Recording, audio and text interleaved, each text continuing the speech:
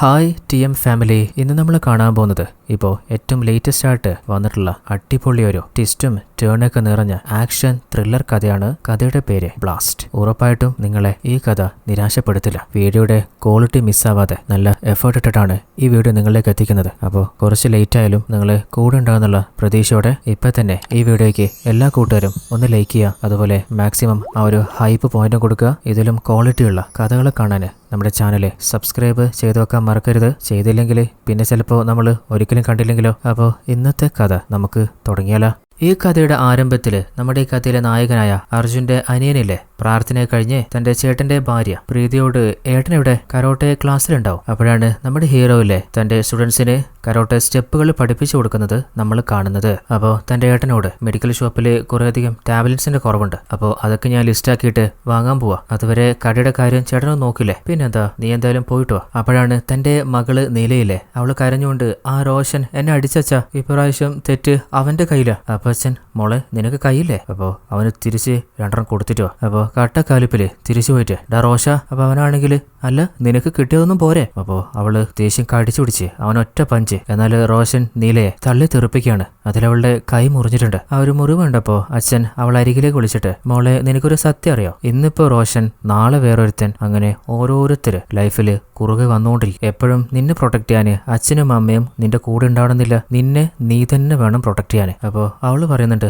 അങ്ങനെയാണെങ്കിൽ അച്ഛാ എനിക്കും കരോട്ടെ പഠിപ്പിച്ചോണ്ട, കരോട്ടാണെങ്കിൽ നമുക്ക് ശരിയാക്കാന്ന്. അങ്ങനെ തന്റെ മകൾക്ക് അച്ഛൻ കരോട്ടെ സ്റ്റെപ്പുകള് പതിയെ പതിയെ പഠിപ്പിച്ചെടുക്കാണ്. അങ്ങനെ അവൾക്ക് മനസ്സിൽ ധൈര്യം വന്നപ്പോ അവളെ തല്ലിയ റോഷനില്ലേ, അവന് കണക്കും പലിശയും കൂട്ടുപലിശയും കൂടെ ഇടിച്ച് പഞ്ചറാക്കി മുഖത്തൊരു മാർക്ക് ഇട്ടിട്ട് വിടുകയാണ്. സ്കൂൾ കഴിഞ്ഞാല് പിന്നെ ചെറിയച്ഛന്റെ മെഡിക്കൽ ഷോപ്പിലാണ് അവള് പോയിരിക്കുക. അപ്പോൾ ഓരോ മെഡിസിനും എന്തിനൊക്കെ ഉപയോഗിക്കുന്നതെന്ന് ചെറിയച്ഛൻ്റെ അടുത്ത് അവള് പഠിക്കുകയാണ്. എന്നാൽ അടുത്ത ദിവസം അമ്മയോട് നീല ഒരു പയ്യനെ തല്ലിയതായിട്ട് വീട്ടിൽ പരാതി പറയാണ്. അപ്പോൾ അവളുടെ കാലില് ഒരു ചരട് കെട്ടിയിട്ട് ഇനി ആരും നീ തല്ലരുത് കേട്ടോ. എന്നാൽ അടുത്ത ദിവസം അവള് പോയിട്ട് നിന്നെ തല്ലിയാല് നീ അമ്മയോട് പോയിട്ട് പരാതി പറയുമെന്ന് ചോദിച്ചിട്ട് അവന് വീണ്ടും രണ്ടെണ്ണം കൊടുക്കുകയാണ്. അങ്ങനെ അവളൊരു ചാമ്പ്യൻഷിപ്പിൽ മത്സരിക്കുകയാണ്. എന്നാൽ അതിൽ അവള് തോറ്റ സങ്കടത്തിലിരിക്കുമ്പോൾ അച്ഛൻ വന്നിട്ട് എന്തു പറ്റി. അപ്പോൾ അവള് കാര്യം പറയുമ്പോൾ ഇതുപോലെ അച്ഛനും 32 മാച്ചിലൊരു ടൂർണമെന്റിൽ പങ്കെടുത്തപ്പോൾ ആദ്യത്തെ മത്സരം ഞാൻ തോറ്റുപോയി. എന്നാൽ അതിന്റെ സങ്കടം ഓർത്തപ്പോൾ ഇനി ഒരിക്കലും ഒരു മാച്ചിലും തോക്കില്ല എന്ന് ഞാൻ ഉറപ്പിച്ചു. അതിനുശേഷം ഇതുവരെ അച്ഛൻ ഒരു മത്സരത്തിലും തോറ്റിട്ടില്ല. അപ്പോൾ നില, നീ അച്ഛന്റെ മോളല്ലേ, നീയും ഇനി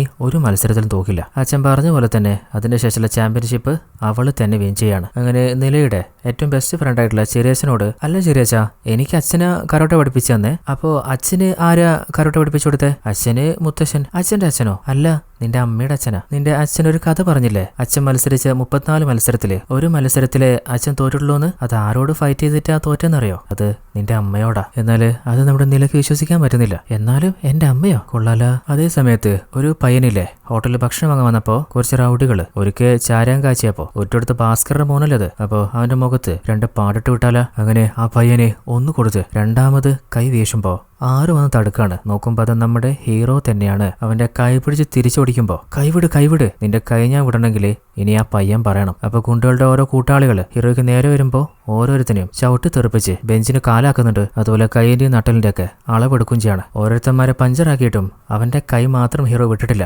ലാസ്റ്റ് ആ പയ്യൻ പറയുന്നുണ്ട്, പാവല്ലേ, ജീവിച്ചു പോയിക്കോട്ടെ, വിട്ടേക്ക്. അപ്പോ അവന്റെ കൈ വിട്ടിട്ട് അവനെ ചവിട്ടി പറത്തി വിടുകയാണ്. ആ ഒരു ഫൈറ്റ് കണ്ടോണ്ടിരുന്ന നമ്മുടെ ഹീറോയുടെ മകള് നിലയില്ലേ അച്ഛനോട്, സംഭവം സൂപ്പറാട്ടാ. അങ്ങനെ ഫുഡും പാർസൽ വാങ്ങി അവര് തിരിച്ചു പോകുമ്പോ മോള് ചോദിക്കുന്നുണ്ട്, അല്ല അച്ഛാ, ഹോട്ടലിൽ കണ്ട ആ പയ്യനെ അച്ഛൻ അറിയോ? അപ്പൊ ഹീറോ, ഇല്ല മോളെ, എനിക്ക് അറിയില്ല. പിന്നെ അച്ഛന് പരിചയമില്ലാത്ത അവന് വേണ്ടി എന്തിനാ അച്ഛൻ ഫൈറ്റ് ചെയ്തേ? അത് മോളെ, എനിക്കൊരു അനിയത്തി ഉണ്ടായിരുന്നു. അവക്കന്ന് 9-10 വയസ്സേ ഉണ്ടായിരുന്നുള്ളൂ തോന്നുന്നുണ്ട്. അന്ന് അവൾക്ക് ഒരു കഷ്ടം സംഭവിച്ചു. അന്ന് ചുറ്റിലുണ്ടായിരുന്ന ഒരാൾ പോലും അവൾക്ക് വേണ്ടി ഒന്ന് പ്രതികരിച്ചില്ല. ആരെങ്കിലും ഒരുത്തിനെങ്കിലും അന്ന് പ്രതികരിച്ചിരുന്നെങ്കിൽ ഇന്ന് എന്റെ അനിയത്തി എന്റെ കൂടെ ഉണ്ടാവുമായിരുന്നു. എന്റെ അനിയത്തിയുടെ പേരായിരുന്നു നില. ആ പേരാ മോളെ നിനക്ക് ഞാൻ വെച്ചിട്ടില്ലേ. അപ്പോൾ അച്ഛൻ മോളോട് ചോദിക്കുന്നുണ്ട്, മോളെ, എവിടെയെങ്കിലും ഒരു തെറ്റ് നടക്കുമ്പോൾ അതിൽ ബാധിക്കപ്പെട്ടത് നിന്റെ അച്ഛനോ അമ്മയോ ആണെങ്കിൽ നീ എന്ത് ചെയ്യും? ഞാൻ അവരെ ആരെയും വെറുതെ വിടില്ലച്ച. അപ്പൊ അച്ഛനാണെങ്കിൽ, മോളെ, നമ്മൾ പ്രതികരിക്കണമെന്നുണ്ടെങ്കിൽ നമുക്ക് അറിയുന്ന ആളായിരിക്കണമെന്ന് ഒരു നിർബന്ധവുമില്ല. ആരാണെങ്കിലും സത്യത്തിന് വേണ്ടി നമ്മൾ പ്രതികരിക്കുക. അതാണ് നമ്മളൊക്കെ ജനിച്ചതിന്റെ ഒരർത്ഥം തന്നെ. അങ്ങനെ കാലങ്ങൾ കുറെ കഴിഞ്ഞു. 15 വർഷത്തിന് ശേഷം ഒരു അമ്മയിലെ MLA കാണാൻ പോയിട്ട് അവരെ കാണാൻ പറ്റാതെ തന്റെ വീട്ടിലേക്ക് ബസ്സിൽ തിരിച്ചു പോകുമ്പോൾ ആ MLA തിരിച്ചു വിളിക്കാണ്. എന്തിനാ നിങ്ങൾ വന്നിരുന്നത്? എന്റെ ഭർത്താവ് സൈക്കിൾ റിക്ഷ ഓടിച്ച് കുറച്ചായിട്ട് പൈസ ശേഖരിച്ച് ഒരു സ്ഥലം വാങ്ങിയിരുന്നു. എന്നാലിപ്പോ സുന്ദരത്തിന്റെ ആളുകള് ഒരു കള്ള രേഖ ഉണ്ടാക്കിയിട്ട് ആ സ്ഥലം അവരുടെ കൈക്കലാക്കിയിരിക്കുക. ഇന്ന് രാത്രിക്കുള്ളിലെ ആ സ്ഥലത്തിന്റെ ഒറിജിനൽ പത്രം കൊണ്ടു കൊടുത്തിട്ടില്ലെങ്കിൽ എന്റെ മോളെ അവർ കൊന്നു കളയുന്ന പറയുന്നത്. എന്നാൽ എന്റെ ഭർത്താവ് മരണപ്പെടുന്നതിന് മുമ്പ് ആ സ്ഥലം വിറ്റ് മോളുടെ കല്യാണം നടത്തണമെന്ന അവസാനത്തെ ആഗ്രഹമായിട്ട് എന്നോട് പറഞ്ഞിരുന്നത്. ഇപ്പോ വേറെ വഴിയില്ലാതെ ആ ഒറിജിനൽ പത്രം അവന് കൊടുക്കാൻ ഞാൻ പോയിക്കൊണ്ടിരിക്കുക. സാറേ, നിങ്ങൾക്ക് എന്തെങ്കിലും ചെയ്യാൻ പറ്റുമോ? പോലീസിനോട് പറഞ്ഞു കഴിഞ്ഞാൽ എന്റെ മോളെ അവരെന്തെങ്കിലും ചെയ്യുമെന്ന് വല്ലാതെ പേടിയാവുക. അപ്പോൾ ആ MLA ആണെങ്കിൽ ഇത് ആ സുന്ദരത്തിന്റെ ആളുകളല്ലേ, വേറെ ആരെങ്കിലും ആയിരുന്നെങ്കിൽ ഞാൻ എന്ത് വേണം ചെയ്തു തരായിരുന്നു. ഇപ്പോൾ അവൻ തന്നെ ആ സ്ഥലത്തിന്റെ രേഖ കൊടുത്തു കഴിഞ്ഞാല് പ്രശ്നം ഒത്തുതീർപ്പാക്കാന്ന് പറഞ്ഞിട്ടില്ലേ. അപ്പോൾ അങ്ങനെ തന്നെ ചെയ്തേ. അവര് വെറും വൃത്തിയായിട്ടോമാരാ. അതും പറഞ്ഞ് അയാൾ ഫോണ് കട്ടിയാണ്. അപ്പോഴാണ് അയാൾ വേറെ ആളോട് പറയുന്നത്, ആ സ്ഥലം വിറ്റുകൊടുത്താല് 10% കമ്മീഷൻ തരാന്ന് ഓൾറെഡി സുന്ദരം എനിക്ക് വാക്ക് തന്നിട്ടുണ്ട്. അതുപോലെ അറിയാണ്ട് അതള്ള എന്നെയാണല്ലോ ജാമ്യത്തിന് വിളിച്ചേ. അപ്പോഴാണ് നമ്മൾ കാണുന്നത് ആ അമ്മ ഇരുന്ന സീറ്റിന്റെ പിന്നില് നമ്മുടെ നില ഇരിക്കുന്നുണ്ട്. അമ്മ പറഞ്ഞതൊക്കെ അവള് കേട്ടിട്ടുണ്ട്. അങ്ങനെ ആ അമ്മയിലെ ആ ഒരു വിൽപത്രം സുന്ദരത്തിന്റെ കയ്യിൽ കൊടുക്കുമ്പോൾ അയാളത് വാങ്ങുന്നതിന് മുമ്പ് ഏതോ ഒരുത്തൻ പറന്നെറിച്ച് അയാളുടെ മുമ്പിലെ ടേബിളും പൊളിച്ച് നിലത്ത് വീഴുകയാണ്. അപ്പൊ അയാളാണെങ്കിൽ പുറത്ത് ആരുണ്ട്, പോയി നോക്കടാ. എന്നാലും പുറത്ത് പോയി നോക്കുമ്പോൾ അവിടെ ആണുങ്ങൾ ആരും കാണുന്നില്ല. പിന്നെ നിന്നെ ആരുടെ തല്ലേ? അപ്പോഴാണ് അവൻ കൈ ചൂണ്ടി കാണിക്കുമ്പോൾ ആ അമ്മയുടെ പിന്നിലെ നമ്മുടെ ഹീറോയിൻ നീല നിൽക്കുന്നുണ്ട്. അപ്പൊ അത് കണ്ട് ഒരുത്തൻ അവൾക്ക് നേരെ കൈ ഉയർത്തുമ്പോൾ അവന്റെ കൈ ഒടിച്ച് ഇടിച്ച് പിഴിഞ്ഞ് നിലത്തിടുകയാണ്. അപ്പൊ വേറെ 2 പാഞ്ഞു വരുന്നുണ്ട്. അപ്പൊ അവരുടെ മുഖത്ത് ഇഞ്ചി കുത്തുന്നുണ്ട്. അങ്ങനെ ഓരോരുത്തന്മാർക്കും പൊരിഞ്ഞ അടി കിട്ടുകയാണ്. എല്ലാരും വീണ് കഴിഞ്ഞപ്പോ അവസാനം സുന്ദരത്തിന്റെ മൂക്കും ഇടിച്ച് പരത്തി ചോര തൊപ്പിച്ച് നിലത്തിടുകയാണ്. അവസാനം വീണ്ടും ഒരു പഞ്ച് കൊടുക്കാൻ നോക്കുമ്പോ പേടിച്ച് വരയ്ക്കുമ്പോ അമ്മയുടെ സ്ഥലത്തിന്റെ ഫേക്ക് ഡോക്യുമെന്റ് എവിടെ? അപ്പൊ ഒരു കൂട്ടാളോട് അതെടുത്തിട്ട് വരാൻ പറഞ്ഞിട്ട് അവളുടെ മുമ്പിൽ വെച്ച് തന്നെ അത് കീറി കളിയാണ്. ഇനി മേലില് ഇതുപോലെ പാവങ്ങൾക്ക് ആരുമില്ലാന്ന് കരുതി കുതിര കയറാൻ നോക്കിയാലേ ഇപ്പൊ നിനക്ക് കിട്ടിയ ഈ വേദനയില്ലേ, അത് നീ ഓർക്കണം. അതും പറഞ്ഞ് വീണ്ടും മൂക്കും വായും ചേർത്ത് ഒരു പഞ്ചും കൂടെ. എന്നിട്ട് ആ അമ്മയോട് ഇനി ഇവര് അമ്മ ഒന്നും ചെയ്യില്ല, ധൈര്യമായിട്ട് വീട്ടിൽ പോയിക്കോ. അപ്പൊ ഷോക്കായിട്ട് അമ്മ, അല്ല മോളെ, എനിക്ക് വേണ്ടിയാണോ നീ ഇതൊക്കെ ചെയ്തേ? മോക്ക് അതിന് എന്നെ നേരത്തെ അറിയോ? അപ്പോ അവള് ചിരിച്ചുകൊണ്ട് തന്റെ അച്ഛനെ ഓർത്ത് അവിടുന്ന് തിരിച്ചു പോവാണ്. അടുത്ത സീനിലെ ഒരു റിപ്പോർട്ടറിലെ കുറേയധികം ജോലിക്കാര് ഒരു സ്ഥാപനത്തിലുണ്ടായ അപകടത്തില് മരണപ്പെട്ടതായിട്ടുള്ള വാർത്ത കാണുമ്പോ അതേപോലുള്ള മറ്റ് ചില അപകടങ്ങൾ കൂടി അവൻ കണ്ടെത്തുകയാണ്. അവസാനം ഇതിന്റെ പിന്നിലെ ടെക്സസ് എന്ന ഒരു മിനറൽ കമ്പനിയാണെന്നും നിലവിൽ നടന്നിട്ടുള്ള അപകടങ്ങളൊക്കെ അവര് കരുതിക്കൂട്ടി നടത്തിയിട്ടുള്ള പ്ലാൻഡ് ഓപ്പറേഷൻസ് ആണെന്നും നമ്മുടെ റിപ്പോർട്ടറിന് മനസ്സിലാവാണ്. അങ്ങനെ ആക്സിഡന്റ് സംഭവിച്ചു കഴിയുമ്പോൾ അവിടെ ജനങ്ങൾക്ക് താമസിക്കാൻ പറ്റില്ല എന്ന് അറിയിക്കുമ്പോൾ ആ സ്ഥലമില്ലേ മറ്റൊരു കമ്പനി മൈനിങ്ങിന് വേണ്ടിയിട്ട് ഏറ്റെടുക്കുകയാണ്. അപ്പോൾ കൂടുതൽ റിസർച്ചിന് ശേഷമാണ് മറ്റൊരു കാര്യം കൂടി മനസ്സിലായത്. അതായത് ടെക്സസ് മിനറൽസ് എന്ന ആ കമ്പനിയിലെ അവർക്ക് മൈനിങ്ങിനൊരു സ്ഥലം വേണമെങ്കിൽ ആ സ്ഥലത്ത് ഒരു ആക്സിഡന്റ് ഉണ്ടാക്കി എത്ര ജീവൻ വേണമെങ്കിലും പൊലിക്കാനും ഏതറ്റം വരെ പോവാനും അവർ മടിക്കില്ല. അപ്പോഴാണ് 1000-ഓളം ആളുകളെ ഒരു ഗ്രാമത്തിൽ നിന്ന് കാണാതായ വാർത്ത പുറത്തു വരുന്നത്. അപ്പോഴാണ് ആ ഗ്രാമത്തിലെ എല്ലാ ജനങ്ങളെയും കൊലപ്പെടുത്തി അവരുടെ ഓരോരുത്തരുടെയും തള്ള വിരലുകൾ മുറിച്ചെടുത്തിട്ട് അവരുടെ പേരുള്ള എല്ലാ സ്ഥലവും ഒരുത്തന്റെ പേരിലാക്കിയിട്ടുണ്ട്. അതായത് ആ കമ്പനിയുടെ ഓണറായിട്ടുള്ള കണ്ണി ചോരയില്ലാത്ത വരുൺ ദയാനന്ദൻ. അപ്പോഴാണ് അവരുടെ അടുത്ത നോട്ടമുണ്ടുള്ളത് മറ്റൊരു ഗ്രാമത്തിന്റെ മേലെയാണ്. അവന്റെ ടീം ഹെഡ് പറയുന്നത് കീഴക്കാട് എന്ന ആ ഗ്രാമത്തിന്റെ 150 അടി താഴെ ബ്ലാക്ക് ഓപ്പൽ എന്ന ഒരു വലിയ മല തന്നെയുണ്ട്. ഇതുവരെ നമ്മൾ കൈക്കലാക്കിയ സ്ഥലത്ത് നിന്ന് മൈനിങ് നടത്തിയ ഡയമണ്ടോ സ്റ്റോണോ അതിനേക്കാളും 10 മടങ്ങ് മൂല്യമുണ്ട് ബ്ലാക്ക് ഓപ്പലിന്. നിലവില് ആ ഗ്രാമത്തിന്റെ അടിയിലുള്ള ആ നിധി നമ്മുടെ കയ്യിൽ കിട്ടിയാല് 7000 കോടി രൂപയാണ് അതിന്റെ മൂല്യം. അപ്പോഴാണ് ആ ഗ്രാമം നമ്മളെ കാണുന്നത് വെറും കൃഷി മാത്രം ആശ്രയിച്ച് ജീവിക്കുന്ന ഒരു ചെറിയ ഗ്രാമം, പ്രകൃതിയോട് ഇണങ്ങി ജീവിക്കുന്ന ആ ഗ്രാമത്തിലെ വരുണിന്റെ ഒരു ടീമിലെ ഒരു റിസർച്ച് ചെയ്യുന്നതായിട്ട് നമ്മുടെ റിപ്പോർട്ടർ കണ്ടെത്താണ്. അപ്പോഴാണ് നമ്മുടെ പ്രോജക്ട് ഹെഡിലെ വരുണിനോട് ആ ഗ്രാമത്തിൽ നിന്ന് ആ ഒരു നിധി എടുക്കണമെന്നുണ്ടെങ്കിൽ നമുക്ക് 2 പ്രശ്നമുണ്ട്. ഒന്ന്, ആ ഗ്രാമത്തില് 150 അടിയോളം നമ്മൾ കുഴിക്കാൻ ശ്രമിച്ചാലേ വലിയ ഉരുൾപൊട്ടലുണ്ടാകാനും 1500-ഓളം ആ ഗ്രാമത്തിലെ ജനങ്ങള് മരണപ്പെട്ടു പോകാനുള്ള സാധ്യതയുണ്ട്. ഒരിക്കലും ഈ പ്രോജക്റ്റിന് നമുക്ക് ഗവൺമെന്റ് പെർമിഷൻ തരില്ല. രണ്ടാമത്തെ നമ്മുടെ പ്രശ്നം ഒരു റിപ്പോർട്ടറായിട്ടുള്ള കാർത്തികേയനാണ്. നമ്മുടെ കമ്പനിയുടെ ഓരോ നീക്കങ്ങളും എല്ലാ പ്രൊജക്റ്റിനെ കുറിച്ചും ഡീപ്പായിട്ട് അനലൈസ് ചെയ്യുന്നതായിട്ട് നമുക്കൊരു റിപ്പോർട്ട് കിട്ടിയിട്ടുണ്ട്. നിലവിൽ നമ്മൾ നടത്തിയ എല്ലാ പ്രൊജക്റ്റിന്റെയും ഡീറ്റെയിൽസ് അവന്റെ കയ്യിലുണ്ട്. അപ്പോൾ വരുണില്ലേ എന്തോ മനസ്സിൽ ഉറപ്പിക്കുന്നുണ്ട്. അതേ സമയത്ത് നമ്മുടെ നിള ഇന്ന് ആദ്യ ദിവസം ജോലിക്ക് പോകാനിറങ്ങാണ്. അപ്പോൾ അച്ഛൻ്റെ കൂടെ ദോശയും കഴിച്ച് ചെറിയച്ഛനോട് ഞാൻ ഡെയിലി ക്യാബിലാണ് ഓഫീസിലേക്ക് പോയിട്ട് വരുന്നതെന്നും പറഞ്ഞ് അവള് ജോലിക്ക് ഇറങ്ങാണ്. അങ്ങനെ കമ്പനി മാനേജറിന് തന്റെ CV സബ്മിറ്റ് ചെയ്ത് ജോലിക്ക് ജോയിൻ ചെയ്യാണ്. അങ്ങനെ ഈവനിങ് തന്റെ ചെറിയച്ഛൻ്റെ കടയിൽ കുറച്ചേരം ഹെൽപ്പും ചെയ്ത് പിന്നീട് കരോട്ടെ പ്രാക്ടീസും ചെയ്ത്. അങ്ങനെ അടുത്ത ദിവസം ജോലിക്കും പോവാണ്. അത് കഴിഞ്ഞ് വീണ്ടും ഈവനിങ് കടയിലെത്തിയപ്പോൾ ചെറിയസിനോട് ഈ TV ഫുള്ള് വരെയാണല്ലോ, ഇങ്ങനെ കണ്ടു മടുത്തില്ലേ, നമുക്കൊരു TV മാറ്റിയാലോ? ഇപ്പൊ അടുത്ത മോളെ ഫ്രിഡ്ജ് മാറ്റിയ കുറച്ച് നാൾ അങ്ങനെ പോട്ടെ, ഇങ്ങനെ കുറെ പൈസ എന്തിനാ ചെറിയാച്ച ചേർത്ത് വെക്കുന്നത്? അതേ സമയത്ത് നമ്മുടെ ഹീറോയിലെ ഒരു ബാത്റൂമിന്റെ കുഴി എടുപ്പിക്കുകയാണ്. അതായത് ഓൾറെഡി തന്റെ സ്റ്റുഡൻസ് കുറച്ച് കൂടുതലായിട്ടുണ്ട്. അപ്പോൾ അവർക്ക് വേണ്ടിയിട്ട് ഒരു ടോയ്ലറ്റ് റെഡിയാക്കാനാണ്. അപ്പോഴാണ് ഒരു SI ഇല്ലേ റൗഡി വിളിച്ചിട്ട് സ്റ്റേഷനിൽ സീസ് ചെയ്ത് കൊണ്ടുവന്ന 6 കിലോ കഞ്ചാവ് ഏതോ ഒരുത്തിന് അടിച്ചിട്ട് പാടാ, ഇൻസ്പെക്ടർ അറിയുന്നതിന് മുമ്പ് നീ ഒന്ന് റെഡിയാക്ക്. അപ്പോൾ അയാളാണെങ്കിലേ, സാറേ നിങ്ങൾ എനിക്ക് കുറെ ഹെൽപ്പ് ചെയ്തിട്ടുള്ളതാ, എൻ്റെ ഒരു അനിയനില്ലേ പുതുതായിട്ട് സാധനം ഇറക്കിയിട്ടുണ്ട്, ഞാൻ പറഞ്ഞാന്ന് പറഞ്ഞാലേ സാധനം അവൻ തരും. അങ്ങനെ അഡ്രസ്സും പറഞ്ഞു കൊടുക്കാണ്. അതേ സമയത്ത് ഇൻസ്പെക്ടറിന്റെ ഭാര്യ വിളിച്ചിട്ട് നാളെ നമ്മുടെ മോന്റെ പാരന്റ്സ് മീറ്റിംഗ് ആണ്, സ്പോർട്സ് ഡേക്ക് വരാന്ന് പറഞ്ഞ് അവനെ പറ്റിച്ച പോലെ നാളെ വീണ്ടും അവനെ ഹേർട്ട് ചെയ്യരുത്. അപ്പോഴാണ് ഇൻസ്പെക്ടറിനോട് SI പറയുന്നത്, ഒരു വീട്ടില് ഒരു പെൺകുട്ടി ഒറ്റക്കാന്ന് അറിഞ്ഞിട്ട് ഒരുത്തൻ ആ വീട്ടിൽ കയറി ആ കുട്ടിയെ ഉപദ്രവിച്ചിരുന്നില്ലേ, അവനെ കിട്ടിയിട്ടുണ്ട് സാറേ. അപ്പോൾ നമ്മുടെ ഇൻസ്പെക്ടർ അവനോട് ഏതെങ്കിലും ഒരു പെൺകുട്ടിയുടെ ഡ്രസ്സ് കാറ്റിൽ നിന്ന് മാറുമ്പോൾ അറിയാതെ നമ്മൾ നോക്കിപ്പോയാലേ നമ്മുടെ ഉള്ളൊക്കെ ഒന്ന് വിറക്കില്ലേ? എന്നിട്ടും നിന്നെപ്പോലെ ചിലർക്ക് മാത്രം എങ്ങനെയുള്ള ധൈര്യത്തിൽ ഇതൊക്കെ ചെയ്യാൻ പറ്റുന്നത്? അങ്ങനെ അവന്റെ കയ്യിലെ ലാത്തി വെച്ച് അടിച്ച് ഒടിച്ചളയാണ്. അപ്പോഴാണ് ഒരുത്തനില്ലേ ജയിലിൽ നിന്ന് ഇറങ്ങി വന്നിട്ട് ഫുഡ് കഴിക്കുമ്പോൾ ചോറിന് ഉപ്പില്ല. അപ്പൊ കലിപ്പിൽ ഭാര്യയോട്, എന്താടി കുറച്ചു ദിവസം ജയിലിലായപ്പോ നിനക്ക് ധൈര്യം കൂടിയാ, ചോറിന് ഉപ്പിന് ഞാൻ എടുത്തിടണോ? അതും പറഞ്ഞ് അവനവന്റെ ഭാര്യ അടിക്കുമ്പോൾ, അടിക്ക് നല്ലോണം അടിക്ക്, കഴിഞ്ഞ 6 മാസം ജയിലിൽ പോയി കടന്നിട്ട് ഈ വീട്ടില് എന്തെങ്കിലും സാധനം ഉണ്ടായിരുന്നോ? 6 മാസത്തെ വാടക കൊടുത്തോ? കുട്ടികള് ഒരു നേരെങ്കിലും കഴിച്ചിരുന്നോ? ഇതൊന്നും അന്വേഷിക്കും ചോറിന് ഉപ്പില്ല പോലും. ഈ വീടിന്റെ ഓണർ നാളെ വരും. അവന്റെ വായ കിടക്കുന്ന വൃത്തികേട് മൊത്തം നാളെ നീ കേട്ടിട്ട് ആണാണെങ്കിൽ വാടകയും കൊടുത്ത് ഈ വർത്താനം പറ. സ്വന്തം കുടുംബം നോക്കാനുള്ള കഴിവ് വേണം. അപ്പൊ അവൻ കാട്ട കലിപ്പില് അവന്റെ ഫ്രണ്ടിനെ വിളിച്ചിട്ട്, പൈസ ഇല്ലെങ്കിൽ കുടുംബത്തിൽ ഒരു വിലയിലടാ, നീ ക്രീബാണിന്റെ അടുത്ത് എന്റെ കാര്യം പറയാന്ന് പറഞ്ഞിട്ട്, എന്താടാ എടാ ഞാൻ ഇന്നലെ തന്നെ നിന്റെ കാര്യം ഏട്ടനോട് പറഞ്ഞിട്ടുണ്ട്, അങ്ങനെ ഫ്രീ ആയിരിക്കുന്ന ഒരു ദിവസം ഞാൻ നിന്നെ വിളിക്കാം, അപ്പൊ നമുക്ക് നേരിട്ട് പോയി കാണാം. അതേ സമയത്ത് നമ്മുടെ ഹീറോയിൻ വർക്ക് ചെയ്തിരുന്നപ്പോ ഒരു കൊളീഗ് വന്നിട്ട് പറയുന്നുണ്ട്, മാനേജർ സാറ് നിങ്ങളോട് ഇനി മുതൽ മറ്റൊരു ടേബിളാ യൂസ് ചെയ്യാൻ പറയുന്നത്. അങ്ങനെ ആ ഒരു ടേബിൾ ഉണ്ടായിരുന്ന പെൺകുട്ടിയെ മാറ്റിയിട്ട് നമ്മുടെ നിളയെ അവിടെ ഇരുത്താണ്. എന്നാൽ നിളയ്ക്ക് എന്തിനാണ് ഇപ്പൊ ഇങ്ങനെ ചെയ്യുന്നത് മനസ്സിലാവുന്നില്ല. അപ്പോഴാണ് നമ്മൾ കാണുന്നത് ആ മാനേജർ ഇല്ലേ അയാളുടെ ക്യാബിന്റെ ഉള്ളിൽ നിന്ന് നിളയെ ഒളിഞ്ഞു നോക്കാനുള്ള എളുപ്പത്തിനാണ് അവളെ അങ്ങോട്ട് മാറ്റിയത്. അപ്പോൾ അവളും അത് കണ്ടിട്ടുണ്ട്. അതേ സമയത്ത് നമ്മുടെ വില്ലൻ വരുണില്ലേ മന്ദിരം കാണാൻ വന്നിട്ട് ആ ഒരു ഗ്രാമത്തില് 1500 അടിയോളം കുഴിക്കാനുള്ള പെർമിഷൻ ചോദിക്കുകയാണ്. അപ്പൊ അയാളാണെങ്കിൽ 300 അടി വരെയൊക്കെ ഒരു പ്രശ്നമില്ലാതെ പെർമിഷൻ തരാൻ പറ്റും. തൽക്കാലം നിങ്ങളൊരു കാര്യം ചെയ്യും, അതിന്റെ താഴേക്കും നിങ്ങൾക്ക് എത്ര വേണോ അത്രക്ക് കുഴിച്ചോ, ആ ഗ്രാമത്തിന് ഇനി എന്ത് സംഭവിച്ചാലും അതിന്റെ റെസ്പോൺസിബിലിറ്റി ഞാൻ ഏറ്റെടുത്തോളാം. അല്ല നിങ്ങളുടെ പ്രൊജക്ടിന്റെ വാല്യൂ 7000 കോടിയെന്നല്ല കേട്ടെ. അപ്പോൾ അതിന്റെ ഒരു 15% 1000 കോടി എന്റെ ട്രസ്റ്റിന്റെ അക്കൗണ്ടിലേക്ക് ട്രാൻസ്ഫർ ചെയ്താൽ ഉടനെ നിങ്ങൾ പരിപാടി തുടങ്ങിക്കോ. 1000 കോടി വേണോ? പിന്നെ 1300 ആളുകളുടെ ജീവന് 1000 കോടി പോലും നിങ്ങൾക്ക് തരാൻ പറ്റില്ല. ഇനി ഭാവിയിൽ എന്തെങ്കിലും വലിയ പ്രശ്നം സംഭവിച്ച് ഞാൻ കുടുങ്ങിയാൽ പോലും എനിക്ക് സേഫ് ആവാന് ആ പൈസയെങ്കിലും എനിക്ക് മുതൽക്കൂട്ടാവണ്ടേ. അങ്ങനെ തന്റെ അക്കൗണ്ടിനെ വിളിച്ച് മെയിൻ അക്കൗണ്ടിൽ എത്ര രൂപ ഉണ്ടെന്ന് നോക്കുമ്പോൾ 760 കോടിയുള്ളൂ. അപ്പോൾ ബാക്കി കമ്പനിയുടെ ഷെയറുകളൊക്കെ വിറ്റിട്ട് 1000 കോടി മന്ത്രിയുടെ അക്കൗണ്ടിലേക്ക് ട്രാൻസ്ഫർ ചെയ്യാൻ പറയാണ്. ഈ ഒരു ഡീല് ഒരു കാരണവശാലും നമ്മൾ കൈവിട്ട് കളയാൻ പാടില്ല. അങ്ങനെ എബ്രഹാം എന്ന ഒരു നൊട്ടോറിയസ് ക്രിമിനലിനെ വിളിച്ചിട്ട് തന്റെ ആവശ്യം പറയാണ്. ഇതിന് നിന്നെക്കാൾ മികച്ച വേറൊരാളുടെ മുഖവും എന്റെ മുമ്പിൽ ഇപ്പൊ വരുന്നില്ല. അപ്പോൾ അബ്രഹാമും ആ ഒരു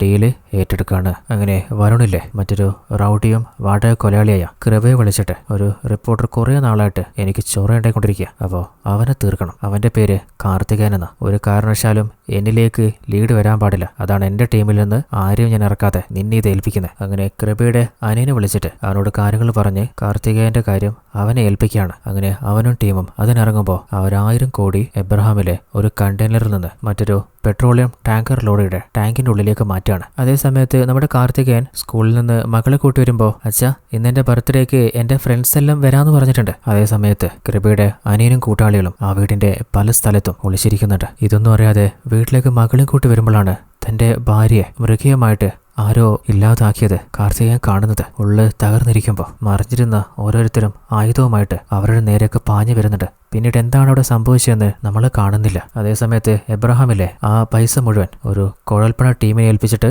മറ്റൊരു അക്കൗണ്ടിലേക്ക് ട്രാൻസ്ഫർ ചെയ്യാൻ പറയാണ്. അപ്പോൾ അവര് നോട്ട് ചെയ്ത സീരിയൽ നമ്പറുള്ള ഒരു 100 രൂപ നോട്ട് കൊടുത്തിട്ട്, നീ ദുബായിൽ കൊണ്ടുപോയിട്ട് ഈ നോട്ട് കൊടുത്താൽ മതി. നീ പറയുന്ന അക്കൗണ്ടിലേക്ക് 1000 കോടി അവര് വൈറ്റ് മണിയായിട്ട് ട്രാൻസ്ഫർ ചെയ്തോളും. അതേസമയത്ത് ഒരു 4-5 റൗഡുകളില്ലേ കാർത്തികേയൻ ഒരു മണൽക്കടത്ത് കേസില് കഴിഞ്ഞ മാസം ഞങ്ങൾ ഒറ്റുകൊടുത്തതിന് അവനെയും അവന്റെ ഭാര്യയും അവന്റെ കുഞ്ഞിനെയും വീട്ടിൽ കയറി ഞങ്ങൾ തീർത്തതാന്ന് സ്റ്റേഷനിൽ വന്ന് സറണ്ടർ ആവുകയാണ്. അങ്ങനെ വരുണിന്റെ വലിയ പ്രശ്നം അവൻ ഇല്ലാതാക്കിയിട്ടുണ്ട്. അതേ സമയത്ത് നമ്മുടെ നിലയിലെ ജോലി കഴിഞ്ഞ് ക്യാബിൽ കയറുമ്പോൾ മാനേജർ ഓടി വന്നിട്ട് എന്റെ വീട് മാറി, ഇനി മുതൽ ഞാനും ഈ ക്യാബിലാ. അങ്ങനെ ഓൾറെഡി ആ ക്യാബിലുണ്ടായിരുന്ന വേറൊരു കൊളീഗില്ലേ അവന്റെ സ്ഥലത്ത് ഇറങ്ങി കഴിഞ്ഞപ്പോ മാനേജർ ചോദിക്കുന്നുണ്ട്, അല്ല നീ ജോലിക്ക് ചേർന്നിട്ട് ഇപ്പോ 1 മാസമായില്ലേ, സാലറി എത്രയാ പറഞ്ഞ്? 30,000. അത് വളരെ കുറവല്ലേ? നിനക്ക് ഉടനെ പ്രൊമോഷൻ കിട്ടുന്ന രീതിയിൽ കാര്യങ്ങൾ ഞാൻ മാറ്റിക്കോളാം. ഇവിടെ ആരൊക്കെ എങ്ങനെ ജോലി ചെയ്യുന്നു എന്നതിലല്ല കാര്യം, ഓരോരുത്തരും എത്രത്തോളം ജോലി ചെയ്യുന്നുണ്ടെന്ന് ഞാൻ മുകളിലുള്ള ആളുകളെ അറിയിക്കുന്നതിലാണ് കാര്യം. അതും പറഞ്ഞിട്ട് അവളുടെ മേത്ത് അവൻ കൈവയ്ക്കുമ്പോ നില പറയുന്നുണ്ട്, ചേട്ടാ വണ്ടി ഒന്ന് സൈഡാക്കോ, എന്നിട്ട്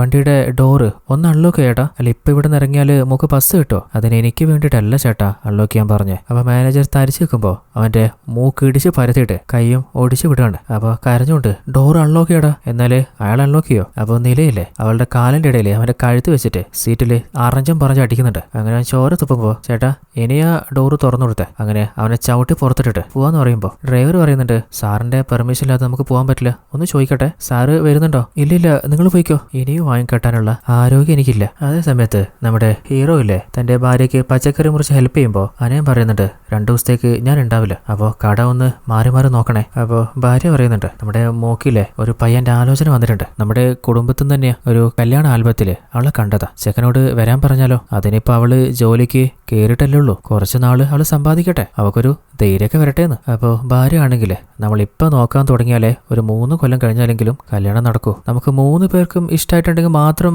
നമ്മൾ മുന്നോട്ട് നോക്കിയാൽ മതി. അപ്പൊ ഹീറോ അതല്ല, അവൾക്ക് ഇഷ്ടമായ മാത്രം നമ്മൾ ഇതിനെക്കുറിച്ച് ചിന്തിക്കുന്നുള്ളൂ. അപ്പോൾ ഭാര്യയും അതിന് സമ്മതിക്കുകയാണ്. എന്നാൽ ഒരു കാര്യം, അവളിങ്ങനെ എല്ലാ പ്രശ്നത്തിലും പോയിട്ട് ഓരോരുത്തരുടെ മേലെ കൈവെക്കുന്നത് ഒന്നും നിങ്ങൾ പറഞ്ഞ് കൺട്രോൾ ചെയ്യണം, ഇല്ലെങ്കിൽ ചിലപ്പോൾ അവൾക്ക് നാളെ ഒരു നല്ല കല്യാണം പോലും കിട്ടിയില്ലെങ്കിലോ? അപ്പൊ ഹീറോ ആയിക്കോട്ടെ നമുക്ക് സംസാരിച്ചോളാം. അതേ സമയത്ത് കമ്പനിയിലെ മറ്റൊരു എംപ്ലോയി വന്നിട്ട് നമ്മുടെ മാനേജറോട്, ഇന്നലെ രാത്രി ഞാൻ ക്യാബിൽ പോകുമ്പോൾ നിങ്ങളുടെ കാർ ആടുന്നുണ്ടല്ലോ, എന്നാലും ഒരാഴ്ച കൊണ്ട് നിങ്ങൾ എങ്ങനെ സെറ്റാക്കി? കഴുത്ത് ചെറുതാരി ഉളുക്കി പോയല്ലേ? അപ്പൊ മാനേജർ, ആടാ അതൊന്നും വലിയ സീനില്ല, നിനക്ക് വേണമെങ്കിൽ നീ ഒന്ന് ട്രൈ ആക്കി നോക്ക്, എന്നെ പോലെ നിനക്കും ഭാഗ്യം കിട്ടിയാലോ. അപ്പൊ അവനാണെങ്കിലും ആഹാ അവളെ കണ്ടപ്പോ എനിക്ക് തോന്നിയതാ, നമുക്ക് രണ്ടാക്കും ഒരേ കഴിവാലേ. അങ്ങനെ അടുത്ത സീനില് നമ്മുടെ നിലയില്ലേ നേരെ കമ്പനിയിലേക്ക് വരുമ്പോ ഓരോ പെൺകുട്ടികളും അവൾ ഇങ്ങോട്ട് വിഷ് ചെയ്തിട്ട് സംഭവം സൂപ്പർ ആയിട്ടുണ്ട് കേട്ടാ എന്തിനെ കുറിച്ച് അവര് പറയുന്നത് നോക്കുമ്പോഴാണ് മാനേജർ അവനോട് ചോദിക്കുന്നത്, നിനക്കും ഇന്നലെ ഡാൻസിങ് കാറായിരുന്നല്ലേ? അപ്പൊ അവന്റെ കഴുത്തും ഒടിഞ്ഞിട്ട് ബെൽറ്റ് ഇട്ടിട്ടുണ്ട്. ഹീറോ ഇന്നലെ എടുത്ത് പഞ്ഞു കിട്ടതാണ്. ഓഫീസിലെ പല പെൺകുട്ടികളും അബ്യൂസ് നേരിട്ടിട്ടും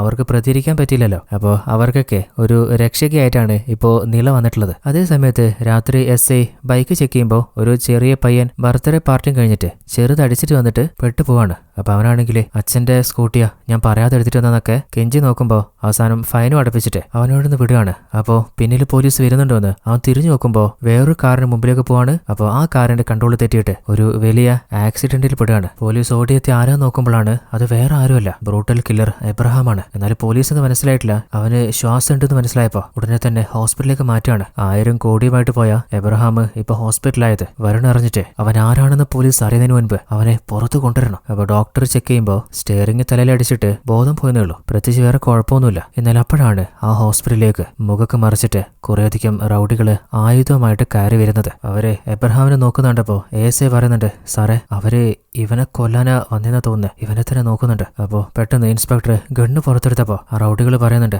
അവനൊന്നും ചെയ്യല്ലേ. അത് കേട്ടപ്പോ ഇൻസ്പെക്ടർ മനസ്സിലായിട്ടുണ്ട്, അപ്പൊ ഇവനെ കൊല്ലാൻ വന്നതല്ല, ഇവൻ ഇവിടുന്ന് കൂട്ടിയിട്ട് പോകാൻ വന്നതാണ്. അപ്പോ റൗഡികള് ഒരു 3 ആൾക്കാർ മുമ്പോട്ട് അയച്ചിട്ട്, ഇൻസ്പെക്ടറെ കയ്യിലെ തോക്ക് വെച്ചിട്ട് 6 ആളുകളെ തനിക്ക് തീർക്കാൻ പറ്റും, നമ്മൾ 20 പേരുണ്ട്, താൻ എന്ത് ചെയ്യും? അപ്പോ ഒന്ന് ചെറുതായി വരച്ച ഇൻസ്പെക്ടറില്ലേ എബ്രഹാമിന്റെ കാലിന് തന്നെ ഷൂട്ട് ചെയ്യാണ്. എന്നിട്ട് അവന്റെ നെറ്റിയുടെ നേരെ ഗണ്ണ് പോയിന്റ് ചെയ്യുമ്പോൾ അവർക്ക് മനസ്സിലായി പണി പാളി. അങ്ങനെ ബാക്കി ആളെയും കൂട്ടിയിട്ട് റൗഡുകള് വേഗം തന്നെ പുറത്തേക്ക് പോവാണ്. ഇൻസ്പെക്ടർ ഒരു കാര്യം ഉറപ്പായിട്ടുണ്ട്, ഇത്രയും ആളുകള് ഒരുത്തനെ രക്ഷിക്കാൻ വന്നിട്ടുണ്ടെങ്കിൽ ഇതിന്റെ പിന്നില് വലിയ എന്തോ ഡീലിംഗ് ഉണ്ട്, അല്ലെങ്കിൽ ഇവൻ വലിയ കൈയാണ്. അങ്ങനെ നല്ല സ്ട്രോങ് ആയിട്ടുള്ള പോലീസ് പ്രൊട്ടക്ഷൻ നൽകിയിട്ട് അവൻ ആരാണെന്ന് കണ്ടുപിടിക്കാന് അവനൊരു ഫോട്ടോ എടുത്തിട്ട് അവിടുന്ന് വേഗം തന്നെ പോവാണ്. അതേ സമയത്ത് വരുൺ കൃപയെ വിളിച്ചിട്ട് ഒരു വലിയ പ്രധാനപ്പെട്ട ട്രാൻസാക്ഷൻ എബ്രഹാം ഇല്ലെങ്കിൽ നടക്കില്ല, ഇനി എത്ര ആളെ നീ അയക്കുമെന്ന് എനിക്ക് അറിയണ്ട, അവൻ പുറത്ത് വന്നേ മതിയാവും. അങ്ങനെ നമ്മുടെ ഇൻസ്പെക്ടർ എല്ലാ സ്റ്റേഷനിലേക്കും അവന്റെ ഫോട്ടോയുടെ ഫാക്സ് അയച്ചിട്ട് ഡീറ്റെയിൽസ് കണ്ടുപിടിക്കാൻ പറയാണ്. അതേ സമയത്ത് നമ്മുടെ സുന്ദരത്തിന്റെ മുഖവും കൈയും അവരമ്മയ്ക്ക് വേണ്ടിയിട്ട് നമ്മുടെ നില അടിച്ചൊടിച്ചില്ലേ. അപ്പോൾ ഒരു മന്ത്രി മുഖേന നമ്മുടെ ഹീറോയിൻ പ്രീതിയോട്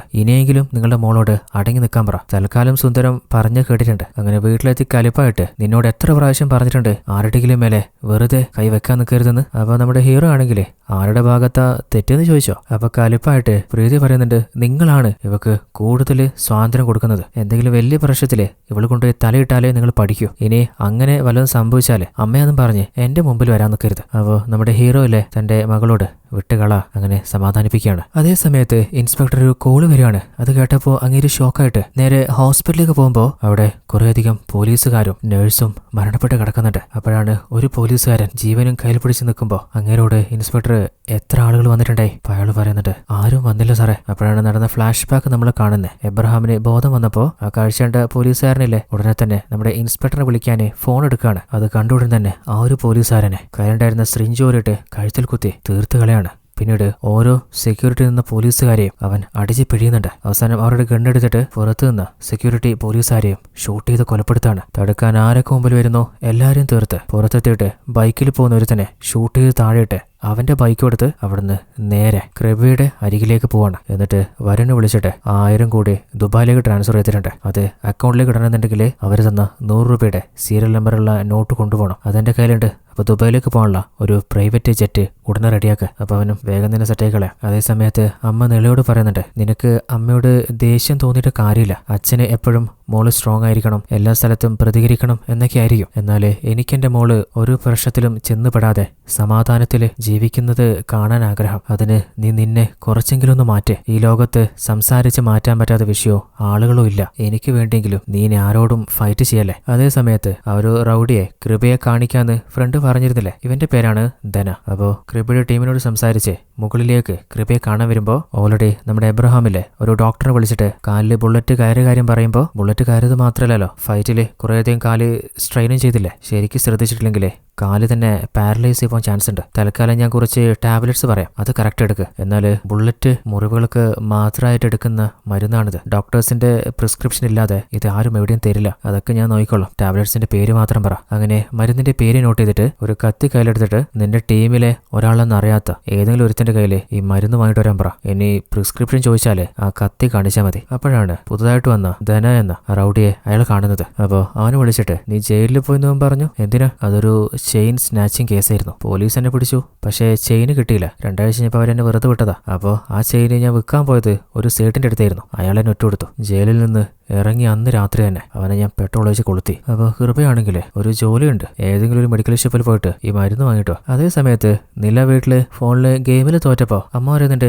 ഞാൻ കടയിൽ പോയിട്ട് അച്ഛനെ കൊണ്ട് വിടാം ഭക്ഷണം കഴിക്കാനേ. അപ്പൊ അവള് ഞാൻ കടയിൽ പോയിക്കോളാം. അതേ സമയത്ത് ധനയോട് ഇനി ആരെങ്കിലും നിന്നോട് പ്രിസ്ക്രിപ്ഷൻ ചോദിച്ചാല് ഈ കത്തി കാണിക്കുക. അങ്ങനെ നില മെഡിക്കൽ ഷോപ്പിലെത്തി അച്ഛനെ വീട്ടിലേക്ക് ഭക്ഷണം കഴിക്കാൻ പറഞ്ഞു വിടാണ്. അപ്പോഴാണ് നമ്മുടെ ധനയിലെ ആ ഒരു മെഡിക്കൽ ഷോപ്പ് കാണുന്നതും അതിൻ്റെ ഉള്ളിലെ നിളയെ കാണുന്നതും ഒരു പെണ്ണല്ലേ. അപ്പോൾ ആ ഒരു മരുന്നിന് ഷീട്ട് കൊടുക്കുമ്പോൾ ഈ മരുന്ന് പ്രിസ്ക്രിപ്ഷൻ ഇല്ലാതെ തരാൻ പറ്റില്ല. അപ്പൊ അവനാണെങ്കിൽ അതറിയാലോ. അങ്ങനെ കത്തെടുത്ത് മേലെ വെച്ചിട്ട് ഇപ്പൊ തന്നെ പ്രിസ്ക്രിപ്ഷൻ വേണം. അപ്പൊ അവള് കൈ ചുരുട്ടുമ്പോ അമ്മ വിളിക്കുകയാണ്. ഉടനെ തന്നെ ആ ഒരു മരുന്നില്ലേ അവളെടുത്ത് കൊടുക്കുകയാണ്. അപ്പോൾ അതിന്റെ പൈസയും കൊടുത്ത് മരുന്നെടുത്ത് പോകുമ്പോഴാണ് നിലയുടെ കഴുത്തിലെ മാല അവൻ നോട്ട് ചെയ്യുന്നത്. അപ്പൊ ഭാര്യ പറഞ്ഞിരുന്നില്ലേ, നീ ആണാണെങ്കിലേ ആ വാടക കൊടുക്കാനുള്ളവനെ പൈസ കൊടുത്തിട്ട് സംസാരിക്കുന്നത്. അപ്പോൾ അവൻ തിരിച്ചു വന്നിട്ട് മര്യാദക്ക് ആ ചെയിൻ അയക്കടി. അപ്പൊ അവള് അയക്കാൻ പറ്റൂല. അപ്പൊ അവൻ കത്തി എടുത്തിട്ട് ധൈര്യം ഉണ്ടെങ്കിൽ നീ ഒന്നുകൂടെ പറ. പറ്റൂലടാ കോപ്പയെന്ന് പറഞ്ഞിട്ട് അവന്റെ കൈ ഒടിച്ച് തലയടിച്ച് പോക്കിയാണ്. അപ്പോൾ അവന്റെ കയ്യിൽ നിന്ന് വീണ ആ കത്തി വീണ്ടും വെച്ചു കൊടുത്തിട്ട് വേണമെങ്കിൽ ഒന്നുകൂടി ശ്രമിച്ചു നോക്ക്. അപ്പോൾ അവൻ കലിപ്പില് ആ കത്തിയായിട്ട് പാഞ്ഞു വരുമ്പോ അവന്റെ കൈ തിരിച്ച് ആ കത്തി എടുത്ത് അവന്റെ പുറത്ത് 2-3 കുത്തുവിട്ടിട്ട് ആ കത്തി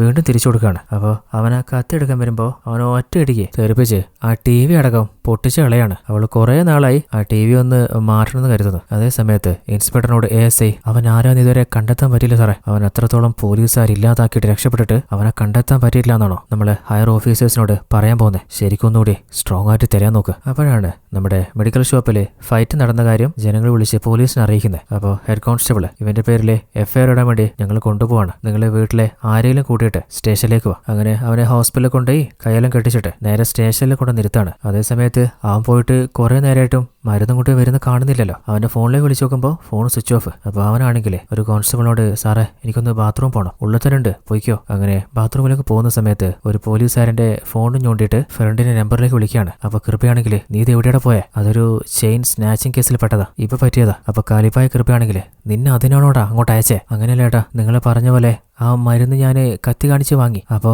അവളുടെ കഴുത്തിലൊരു ചെയിൻ കണ്ടപ്പോൾ ആ കത്തി കാണിച്ച് വീട്ടിലെ ചെലവിന് അതും ചോദിച്ചതാ. അപ്പോൾ പെട്ടെന്ന് തന്നെ അവളിവൻ്റെ അടുത്ത് പഞ്ഞി കിട്ടുമെന്ന് പറയാൻ പറ്റില്ലല്ലോ, അവള് അലറി വിളിച്ചതേട്ടാ. അപ്പോൾ ആളുകൾ കൂടി അങ്ങനെ പോലീസ് പിടിച്ചോണ്ടെന്നതാ. വേറെ ഒന്നും അവർക്കറിയില്ല, ഇതുവരെ FIR ഇട്ടിട്ടില്ല. അവളുടെ അച്ഛനെ കൂട്ടിട്ട് വരുന്ന പറഞ്ഞിട്ടില്ലേ. പിന്നെ ഞാനിപ്പോൾ വിളിക്കുന്നത് ഒരു കോൺസ്റ്റബിളിന്റെ ഫോണെന്നാ, ഇതിലേക്ക് തിരിച്ചു വിളിക്കല്ലേ. അങ്ങനെ ഫോൺ കട്ടയാണ്. അത് കേട്ടപ്പോൾ എബ്രഹാം പറയുന്നുണ്ട് ആ മെഡിക്കൽ ഷോപ്പിലെ പെണ്ണ് സ്റ്റേഷനിൽ പോയിട്ട് ബുള്ളറ്റിന്റെ മുറിവിനുള്ള മരുന്നാണ് അവള് കൊടുത്തെന്ന് പറഞ്ഞാല് പോലീസിന് സംശയം അടിക്കും. അത് എന്നിലേക്കും കൃപ നിന്നിലേക്കും എത്തും. അവന് 2 കിട്ടിയാലേ അവനെല്ലാം പറയും. ഞാൻ നാളെ ദുബായിലേക്ക് പോകും, പിന്നെ നീ മാത്രം ഇവിടെ ഉണ്ടാവുക. 18 പോലീസാ ചത്തിട്ടില്ലേ, അവരെന്നെ പിടിക്കാന് എന്തും ചെയ്യും. ഇനിയിപ്പോ പോലീസ് സ്റ്റേഷനിൽ കയറിയിട്ട് പ്രശ്നം ഉണ്ടാക്കാൻ പറ്റില്ല, നമുക്കത് മുട്ടം പണിയാവും. പിന്നെ എന്താ ചെയ്യാ? അപ്പോഴാണ് കൃപയില്ലേ ഡേബി എന്ന ഒരു റൗഡി വിളിച്ചിട്ട് എനിക്കൊരു പെണ്ണിനെ കുറിച്ചുള്ള ഡീറ്റെയിൽസ് വേണം. അപ്പൊ അവനാണെങ്കിൽ ഒരു 10 മിനിറ്റിൽ പറഞ്ഞുതരാം. അങ്ങനെ അവന് പരിചയമുള്ള നിളയുടെ വീടിന്റെ അരികിലുള്ള ഒരുത്തിനെ വിളിച്ചിട്ട് കാര്യം ചോദിക്കുമ്പോൾ അവനൊരു കല്യാണ പരിപാടിയില്ല. ആ ശബ്ദത്തിനിടയിൽ അവളുടെ അച്ഛനൊരു കരോട്ട മാസ്റ്ററാന്ന് പറയുന്നുണ്ട്, എന്നാൽ അവൻ കേൾക്കുന്നത് ഹെഡ് മാസ്റ്റർ ആണെന്നാണ്. അങ്ങനെ നേരെ വീട്ടിലെത്തിയിട്ട് ഒന്ന് ചെക്കൊക്കെ ചെയ്തിട്ട് കൃപ വിളിച്ചു പറയുന്നുണ്ട് ചേട്ടാ ഞാൻ ശരിക്കും അന്വേഷിച്ചു,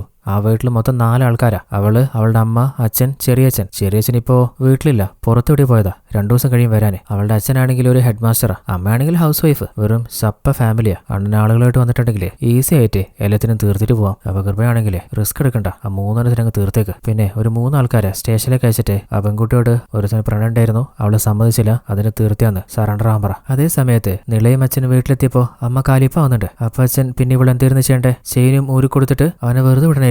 ചെയിന് ഊരി കൊടുക്കും വേണ്ടിയിരുന്നു. അവന്റെ മേത്ത് കുറേയധികം മുറിവിട്ട് പഞ്ചറാക്കേണ്ട ആവശ്യം ഉണ്ടായിരുന്നില്ല. ഇനി ഇവൾ ആരാന്ന് നോട്ട് ചെയ്ത് അവര് പകയുമായിട്ട് തിരിച്ചു വരില്ലെന്ന് എന്താ ഉറപ്പ്? കല്യാണ വയസ്സായ പെൺകുട്ടിയല്ലേ, ഇനി പോലീസ് കേസ് എന്ന് പറഞ്ഞിട്ട് പുറകെ അലയാനാ? അതുകൊണ്ട് വേഗം തന്നെ സ്റ്റേഷനിലേക്ക് പോയിട്ട് ഒരു കേസ് നമുക്കില്ല പറഞ്ഞ് ഒത്തുതീർപ്പാക്കിട്ട് പ്രശ്നം തീർത്തിട്ട് വാ. അതേ സമയത്ത് കൃപയുടെ ടീമിലെ ആയുധവുമായിട്ട് ആ വീടിന്റെ ഉള്ളിലെത്തിയിട്ട് പല ഭാഗത്തായിട്ട് ഒളിച്ചിരിക്കുകയാണ്. അപ്പോൾ ഫ്രഷ് ആയിട്ട് നിള സ്റ്റേഷനിലേക്ക് പോകാൻ ഇറങ്ങുമ്പോൾ ഒരുത്തന്റെ കയ്യിലെ കത്തി താഴെ വീഴുന്ന ശബ്ദം കേൾക്കുകയാണ്. അപ്പോൾ അച്ഛനാണെങ്കിലേ പോയാലോ മോളെ അത് പറഞ്ഞിരുന്നപ്പോൾ ഒരു റൗഡിയില്ലേ ഒരുത്തിന് കണ്ണ് കാണിക്കുകയാണ്. അവൻ കത്തിയുമായി അവളുടെ നേരെ പായുമ്പോൾ അവനിൽ നിന്ന് ജസ്റ്റ് അവള് തെന്നി മാറാണ്. അപ്പോൾ വേറൊരുത്തനെ നമ്മുടെ ഹീറോയുടെ നേരെ കഴിക്കുമ്പോൾ അവന്റെ കൈ അടിച്ച് നിലം പരിശാക്കാണ്. അതേ സമയത്ത് നമ്മുടെ നിളയില്ലേ അവളുടെ നേരെ വന്നവനെ ചവിട്ടി തെറിപ്പിച്ച് പിഴിഞ്ഞെറിയുന്നുണ്ട്. അപ്പോഴാണ് ശബ്ദം കേട്ടിട്ട് നമ്മുടെ ഹീറോയിൻ നിളയുടെ അമ്മ പ്രീതിയില്ലേ ഭയത്തോടെ അങ്ങോട്ട് വരുമ്പോൾ ഒരുതും പറയുന്നുണ്ട് അവളെങ്ങ് തീർത്തെ. അപ്പോൾ 2 ആളുകളും അപ്പുറത്തും ഇപ്പുറത്തും കത്തിയുമായിട്ട് പാഞ്ഞു വരുമ്പോൾ പ്രീതിയില്ലേ നൈസായിട്ട് അത് നൊഴിഞ്ഞിട്ട് അവർ ഓരോരുത്തരെയും കൈയുടെ മുട്ടുവെച്ച്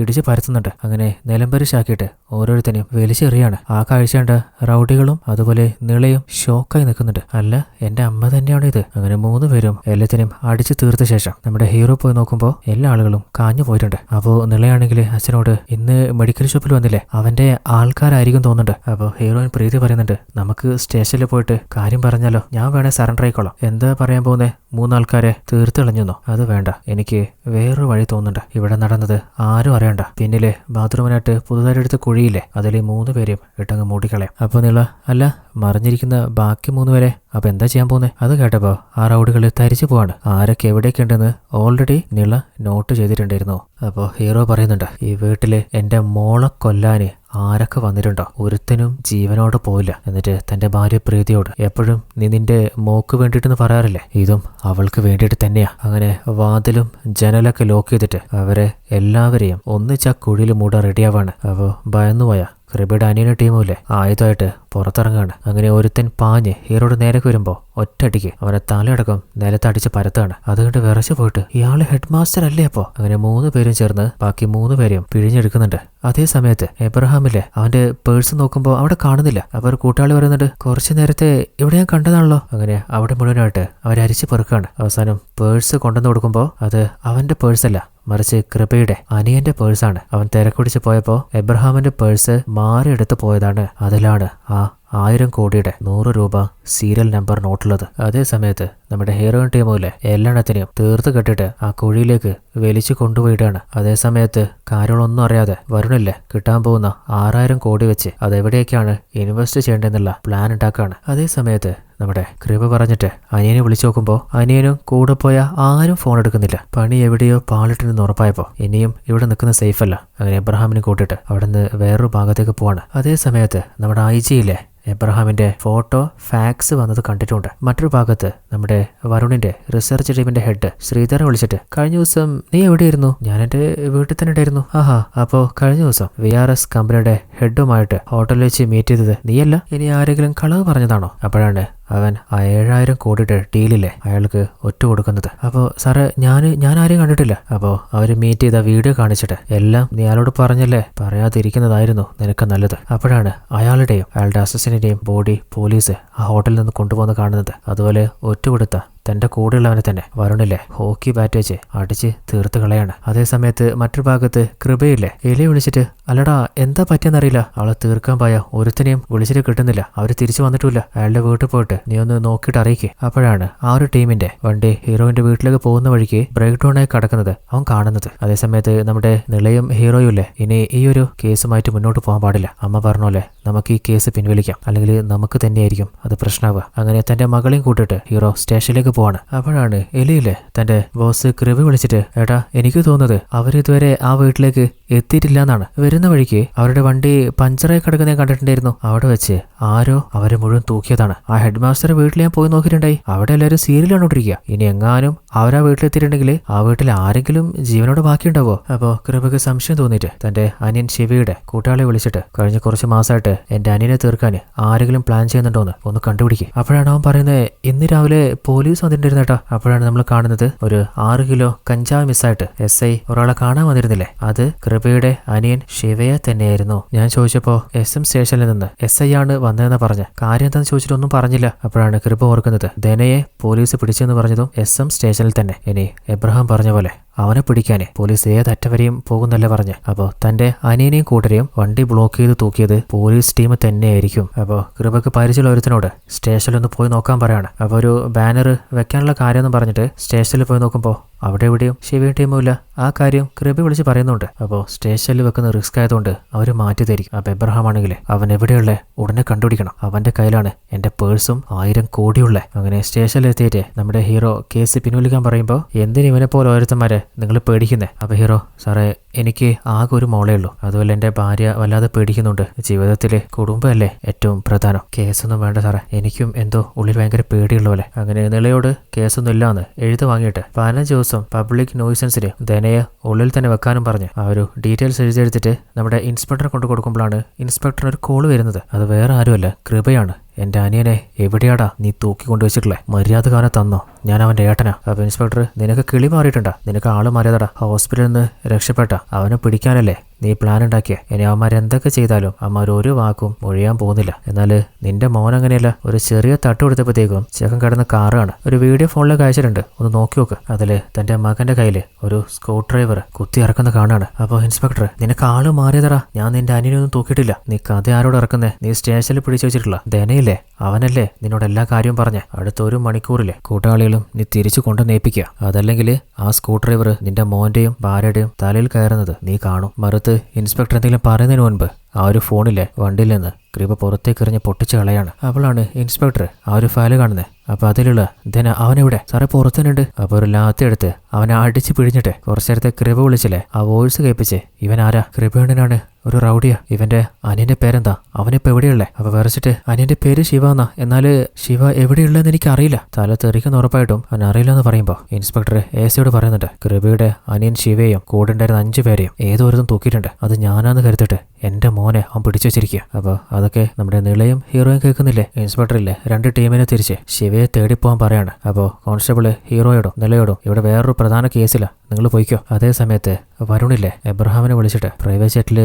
നിനക്ക് ദുബായിലേക്ക് പോകാൻ പറ്റും തോന്നില്ല, കുറച്ച് പ്രശ്നങ്ങളുണ്ട്, അതുകൊണ്ട് എന്റെ മാനേജർ അങ്ങോട്ട് വരുന്നുണ്ട്, അവന്റെ കയ്യിൽ നീ ആ 100 രൂപ നോട്ട് കൊടുത്തുവിട്. അപ്പൊ എബ്രഹാമും ആയിക്കോട്ടെ വരാൻ പറ. അതേ സമയത്ത് പോലീസ് ടീം വിളിച്ചിട്ട് സാറേ കഴിഞ്ഞ 1 മണിക്കൂറായിട്ട് ശിവയുടെ ഫോൺ സ്വിച്ച് ഓഫാ. അവസാനമായിട്ട് പെരിയാർ ബ്രിഡ്ജിന്റെ അരികിലാണ് സിഗ്നൽ കാണിച്ചത്. അപ്പോഴാണ് നമ്മൾ കാണുന്നത് ഹീറോയും നമ്മുടെ നിളയും സ്റ്റേഷനിൽ നിന്ന് തിരിച്ചു പോകുമ്പോൾ ആ ഒരു പുഴയില് അവന്റെ ഫോണും ബാക്കി എല്ലാ ഫോണുകളും വലിച്ചെറിഞ്ഞിട്ടുണ്ടായിരുന്നു. അപ്പോൾ കൃപ ചോദിക്കുന്നുണ്ട്, അല്ല വരനോട് നീ എന്തുകൊണ്ടാ ആ 100 രൂപ നോട്ട് നിന്റെ കയ്യിലില്ലാന്ന് പറയാതെ? ഞാൻ എന്താ പറയണ്ടേ? നിന്റെ അനിയൻ പേഴ്സ് മാറിയിട്ട് ആ 100 രൂപ നോട്ട് എടുത്തിട്ട് പോയെന്നും ഇതുവരെ പോയ അവൻ എന്താ പറ്റിയെന്ന് അറിയില്ലെന്നും അങ്ങോട്ട് പറയണതാ. അങ്ങനെ പറഞ്ഞാല് അങ്ങനെ വിശ്വസിക്കും തോന്നുന്നുണ്ടോ? 1000 കോടി കാശിച്ച് നീയും അനിയനും കൂടി വരനോട് ഗെയിം കളിക്കാന്നാണ് അങ്ങനെ കരുതുക. നിന്നെ ടീമിനെയും അവൻ തീർത്താളയും. അത് മാത്രമല്ല ഇതിനൊക്കെ നിനക്ക് കൂട്ടുന്നത് ഞാനാണെന്ന് പോലും അവൻ ചിലപ്പോൾ കരുതും. അതേസമയത്ത് ഇൻസ്പെക്ടർ വാച്ചാന് ഒരു ടീമിനെ കൃപ അയക്കാണ്. അപ്പോഴാണ് തിരിച്ച് കമ്മീഷണർ വിളിച്ചിട്ട്, നിങ്ങൾ അയച്ച ഫാക്സിലെ ഫോട്ടോ ഞാൻ ഇപ്പോഴാണ് കണ്ടേ, എന്തിനാ നിങ്ങൾ ആ ഫോട്ടോ അയച്ച് അവനെക്കുറിച്ച് അന്വേഷിക്കുന്നത്? അപ്പോഴാണ് പോലീസ് അവനെ പിടിച്ചതും അവൻ രക്ഷപ്പെട്ടതും എല്ലാ ഫ്ലാഷ് ബാക്കും കമ്മീഷണറോട് പറയുന്നത്. അപ്പോൾ ഇൻസ്പെക്ടർ, അല്ല സാറേ നിങ്ങൾക്ക് എങ്ങനെ അവനെ അറിയാം? 8 വർഷം മുമ്പ് ബ്രൂട്ടൽ ക്രിമിനലായ എബ്രഹാമിനെ പിടിക്കാൻ ഒരു ടീം ഫോം ചെയ്തിരുന്നു. അതിൽ ഞാനും ഉണ്ടായി. എന്നാൽ എനിക്ക് ആക്സിഡന്റ് പറ്റിയിട്ടൊന്നും പോകാൻ പറ്റിയില്ല. അവനൊരു അണ്ടർഗ്രൗണ്ട് കില്ലറാ. എന്തെങ്കിലും പ്രധാനപ്പെട്ട അസൈൻമെന്റ് ഉണ്ടെങ്കിൽ മാത്രമേ പുറത്തിറങ്ങൂ. അവൻ എല്ലാ കേസും ഒറ്റക്കാ ഡീൽ ചെയ്യാം. ഏത് സമയത്ത് അവൻ എവിടെ ഉണ്ടാവുമെന്ന് കണ്ടെത്താനേ പറ്റില്ല. അവനെ നമ്മുടെ ടീമിന് തന്നെ ട്രേസ് ചെയ്യാൻ പറ്റിയിട്ടില്ല. കാരണം അവനെ കുറച്ചധികം ആളുകൾ മാത്രമേ നേരിട്ട് കണ്ടിട്ട് പോലുള്ളൂ. അവന്റെ പേര് മാത്രമേ പലർക്കും അറിയൂ. അപ്പോൾ അവനില്ലേ കൃപയുടെ കയ്യിൽ നിന്ന് വണ്ടിയുടെ ചാവി വാങ്ങിയിട്ട് നിന്റെ അനിയനെ ഏത് വഴിയാണോ നിനക്ക് കണ്ടുപിടിക്കാൻ പറ്റുക അതിന് നീ ശ്രമിക്കുക. എന്റെ വഴി ഞാനൊന്ന് നോക്കട്ടെ. ആ മാനേജർ വരുന്നതിന് മുൻപ് 100 രൂപ നോട്ട് എന്റെ കയ്യിൽ കിട്ടിയേ മതിയാവും. അപ്പോഴാണ് DGP പറയുന്നത്, കുറേയധികം ഹയർ ഓഫീസേഴ്സും ഉന്നത അധികാരികളും അവൻ കാരണം ഇല്ലാതെയായി. അപ്പോൾ അവൻ എൻകൗണ്ടർ ചെയ്യാൻ വേണ്ടി 16 പേരടങ്ങുന്ന ടീമിനെ അയച്ചതാ. എന്നാൽ ആ ടീമിലെ എല്ലാ ആളുകളും ശവമായിട്ടാണ് അടുത്ത ദിവസം നമ്മൾ കാണുന്നത്. ആ ഒരു സംഭവത്തിന് ശേഷം സ്വന്തം ജീവൻ പോകുന്ന ഭയന്നിട്ട് ആരും തന്നെ അവന്റെ കേസിനെ എടുക്കാനോ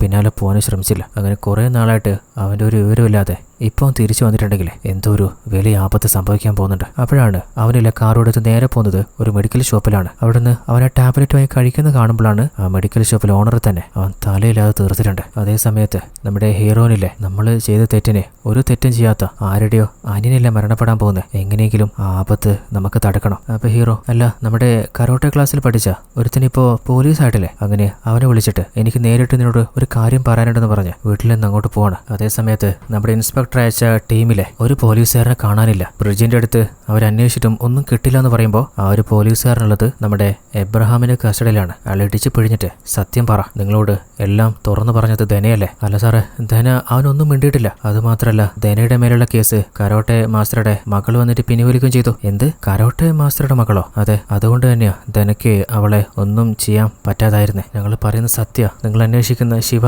ഞങ്ങളുടെ അടുത്തില്ല. നീ പറഞ്ഞത് ഞാൻ വിശ്വസിക്കുക, നീ സത്യം തന്നെയാ പറയുന്നത്. അതും പറഞ്ഞ് ആ പോലീസുകാരന്റെ തലയും അവൻ കണ്ടിച്ചു കളയാണ്. അപ്പോൾ അവന് കാര്യം മനസ്സിലായിട്ടുണ്ട്. ഇതിന്റെയൊക്കെ പിന്നിലെ ആ കരോട്ടോ മാസ്റ്ററും കുടുംബവും തന്നെയാണ്. അങ്ങനെ നേരെ ആ വീട്ടിലേക്ക് എത്തിയിട്ട് ബെല്ലടിക്കുമ്പോൾ നമ്മുടെ ഹീറോനാണ് വാതിൽ തുറക്കാൻ പോകുന്നത്. അവൻ ഉള്ളിലേക്ക് കയറിയിട്ട് വീടിന്റെ ചുറ്റും നോക്കുമ്പോൾ ഉൾഭാഗം നല്ല ക്ലീൻ ആക്കി വെച്ചിട്ടുണ്ട്. അവൻ ചോദിക്കുന്നുണ്ട്, നിങ്ങളെ കൊല്ലാൻ വന്ന 4 പേരെ നിങ്ങൾ എന്താ ചെയ്തേ? അപ്പൊ നീള, ആഹാ ഇവനും ആ കൂട്ടത്തിലുള്ളതാ. അപ്പോൾ ആ ഇൻസ്പെക്ടറിന്റെ ഭാര്യയും മകനും എവിടെയുള്ളതെന്ന് ഇവൻ അറിയായിരിക്കും. അപ്പോൾ നമ്മുടെ ഹീറോയും പോയിട്ട് ടിവിയുടെ വോളിയം കൂട്ടി വെക്കുകയാണ്. അങ്ങനെ ജനലും വാതിലൊക്കെ ലോക്ക് ചെയ്യുമ്പോൾ ഇതിപ്പോ 2 സ്ത്രീകളല്ലേ, അവന്റെ കയ്യിലുണ്ടായിരുന്ന കത്തി അവൻ ദൂരേക്ക് കളയുന്നുണ്ട്. അങ്ങനെ നമ്മുടെ ഹീറോയിനും മകളുടെ നിലയും കൂടി 2 ഭാഗത്തുനിന്നും അവന്റെ നേരേക്ക് പായാണ്. അപ്പോൾ അവൻ മാക്സിമം ചേർത്ത് അവസാനം നിലയെ തള്ളിത്തെറിപ്പിച്ചിട്ട് ഹീറോന്റെ കഴുത്തിൽ കൈവെക്കുമ്പോൾ ഒരു സ്റ്റെപ്പ് ബാക്കോട്ട് മാറിയപ്പോൾ തന്നെ നിളയും അവളുടെ അമ്മയും കൂടി അവനെ ചവിട്ടി അലമാരയിൽ ചേർക്കാണ്. ഹീറോയിന്റെ നേരെ ഒരു കത്തി അറിയുമ്പോൾ അത് തിരിച്ച് അവന്റെ നേരൊക്കെ തന്നെ പായിച്ചു വിടുകയാണ്. അപ്പോൾ നിള പാഞ്ഞു വരുമ്പോൾ അവളെ ബ്ലോക്ക് ചെയ്ത്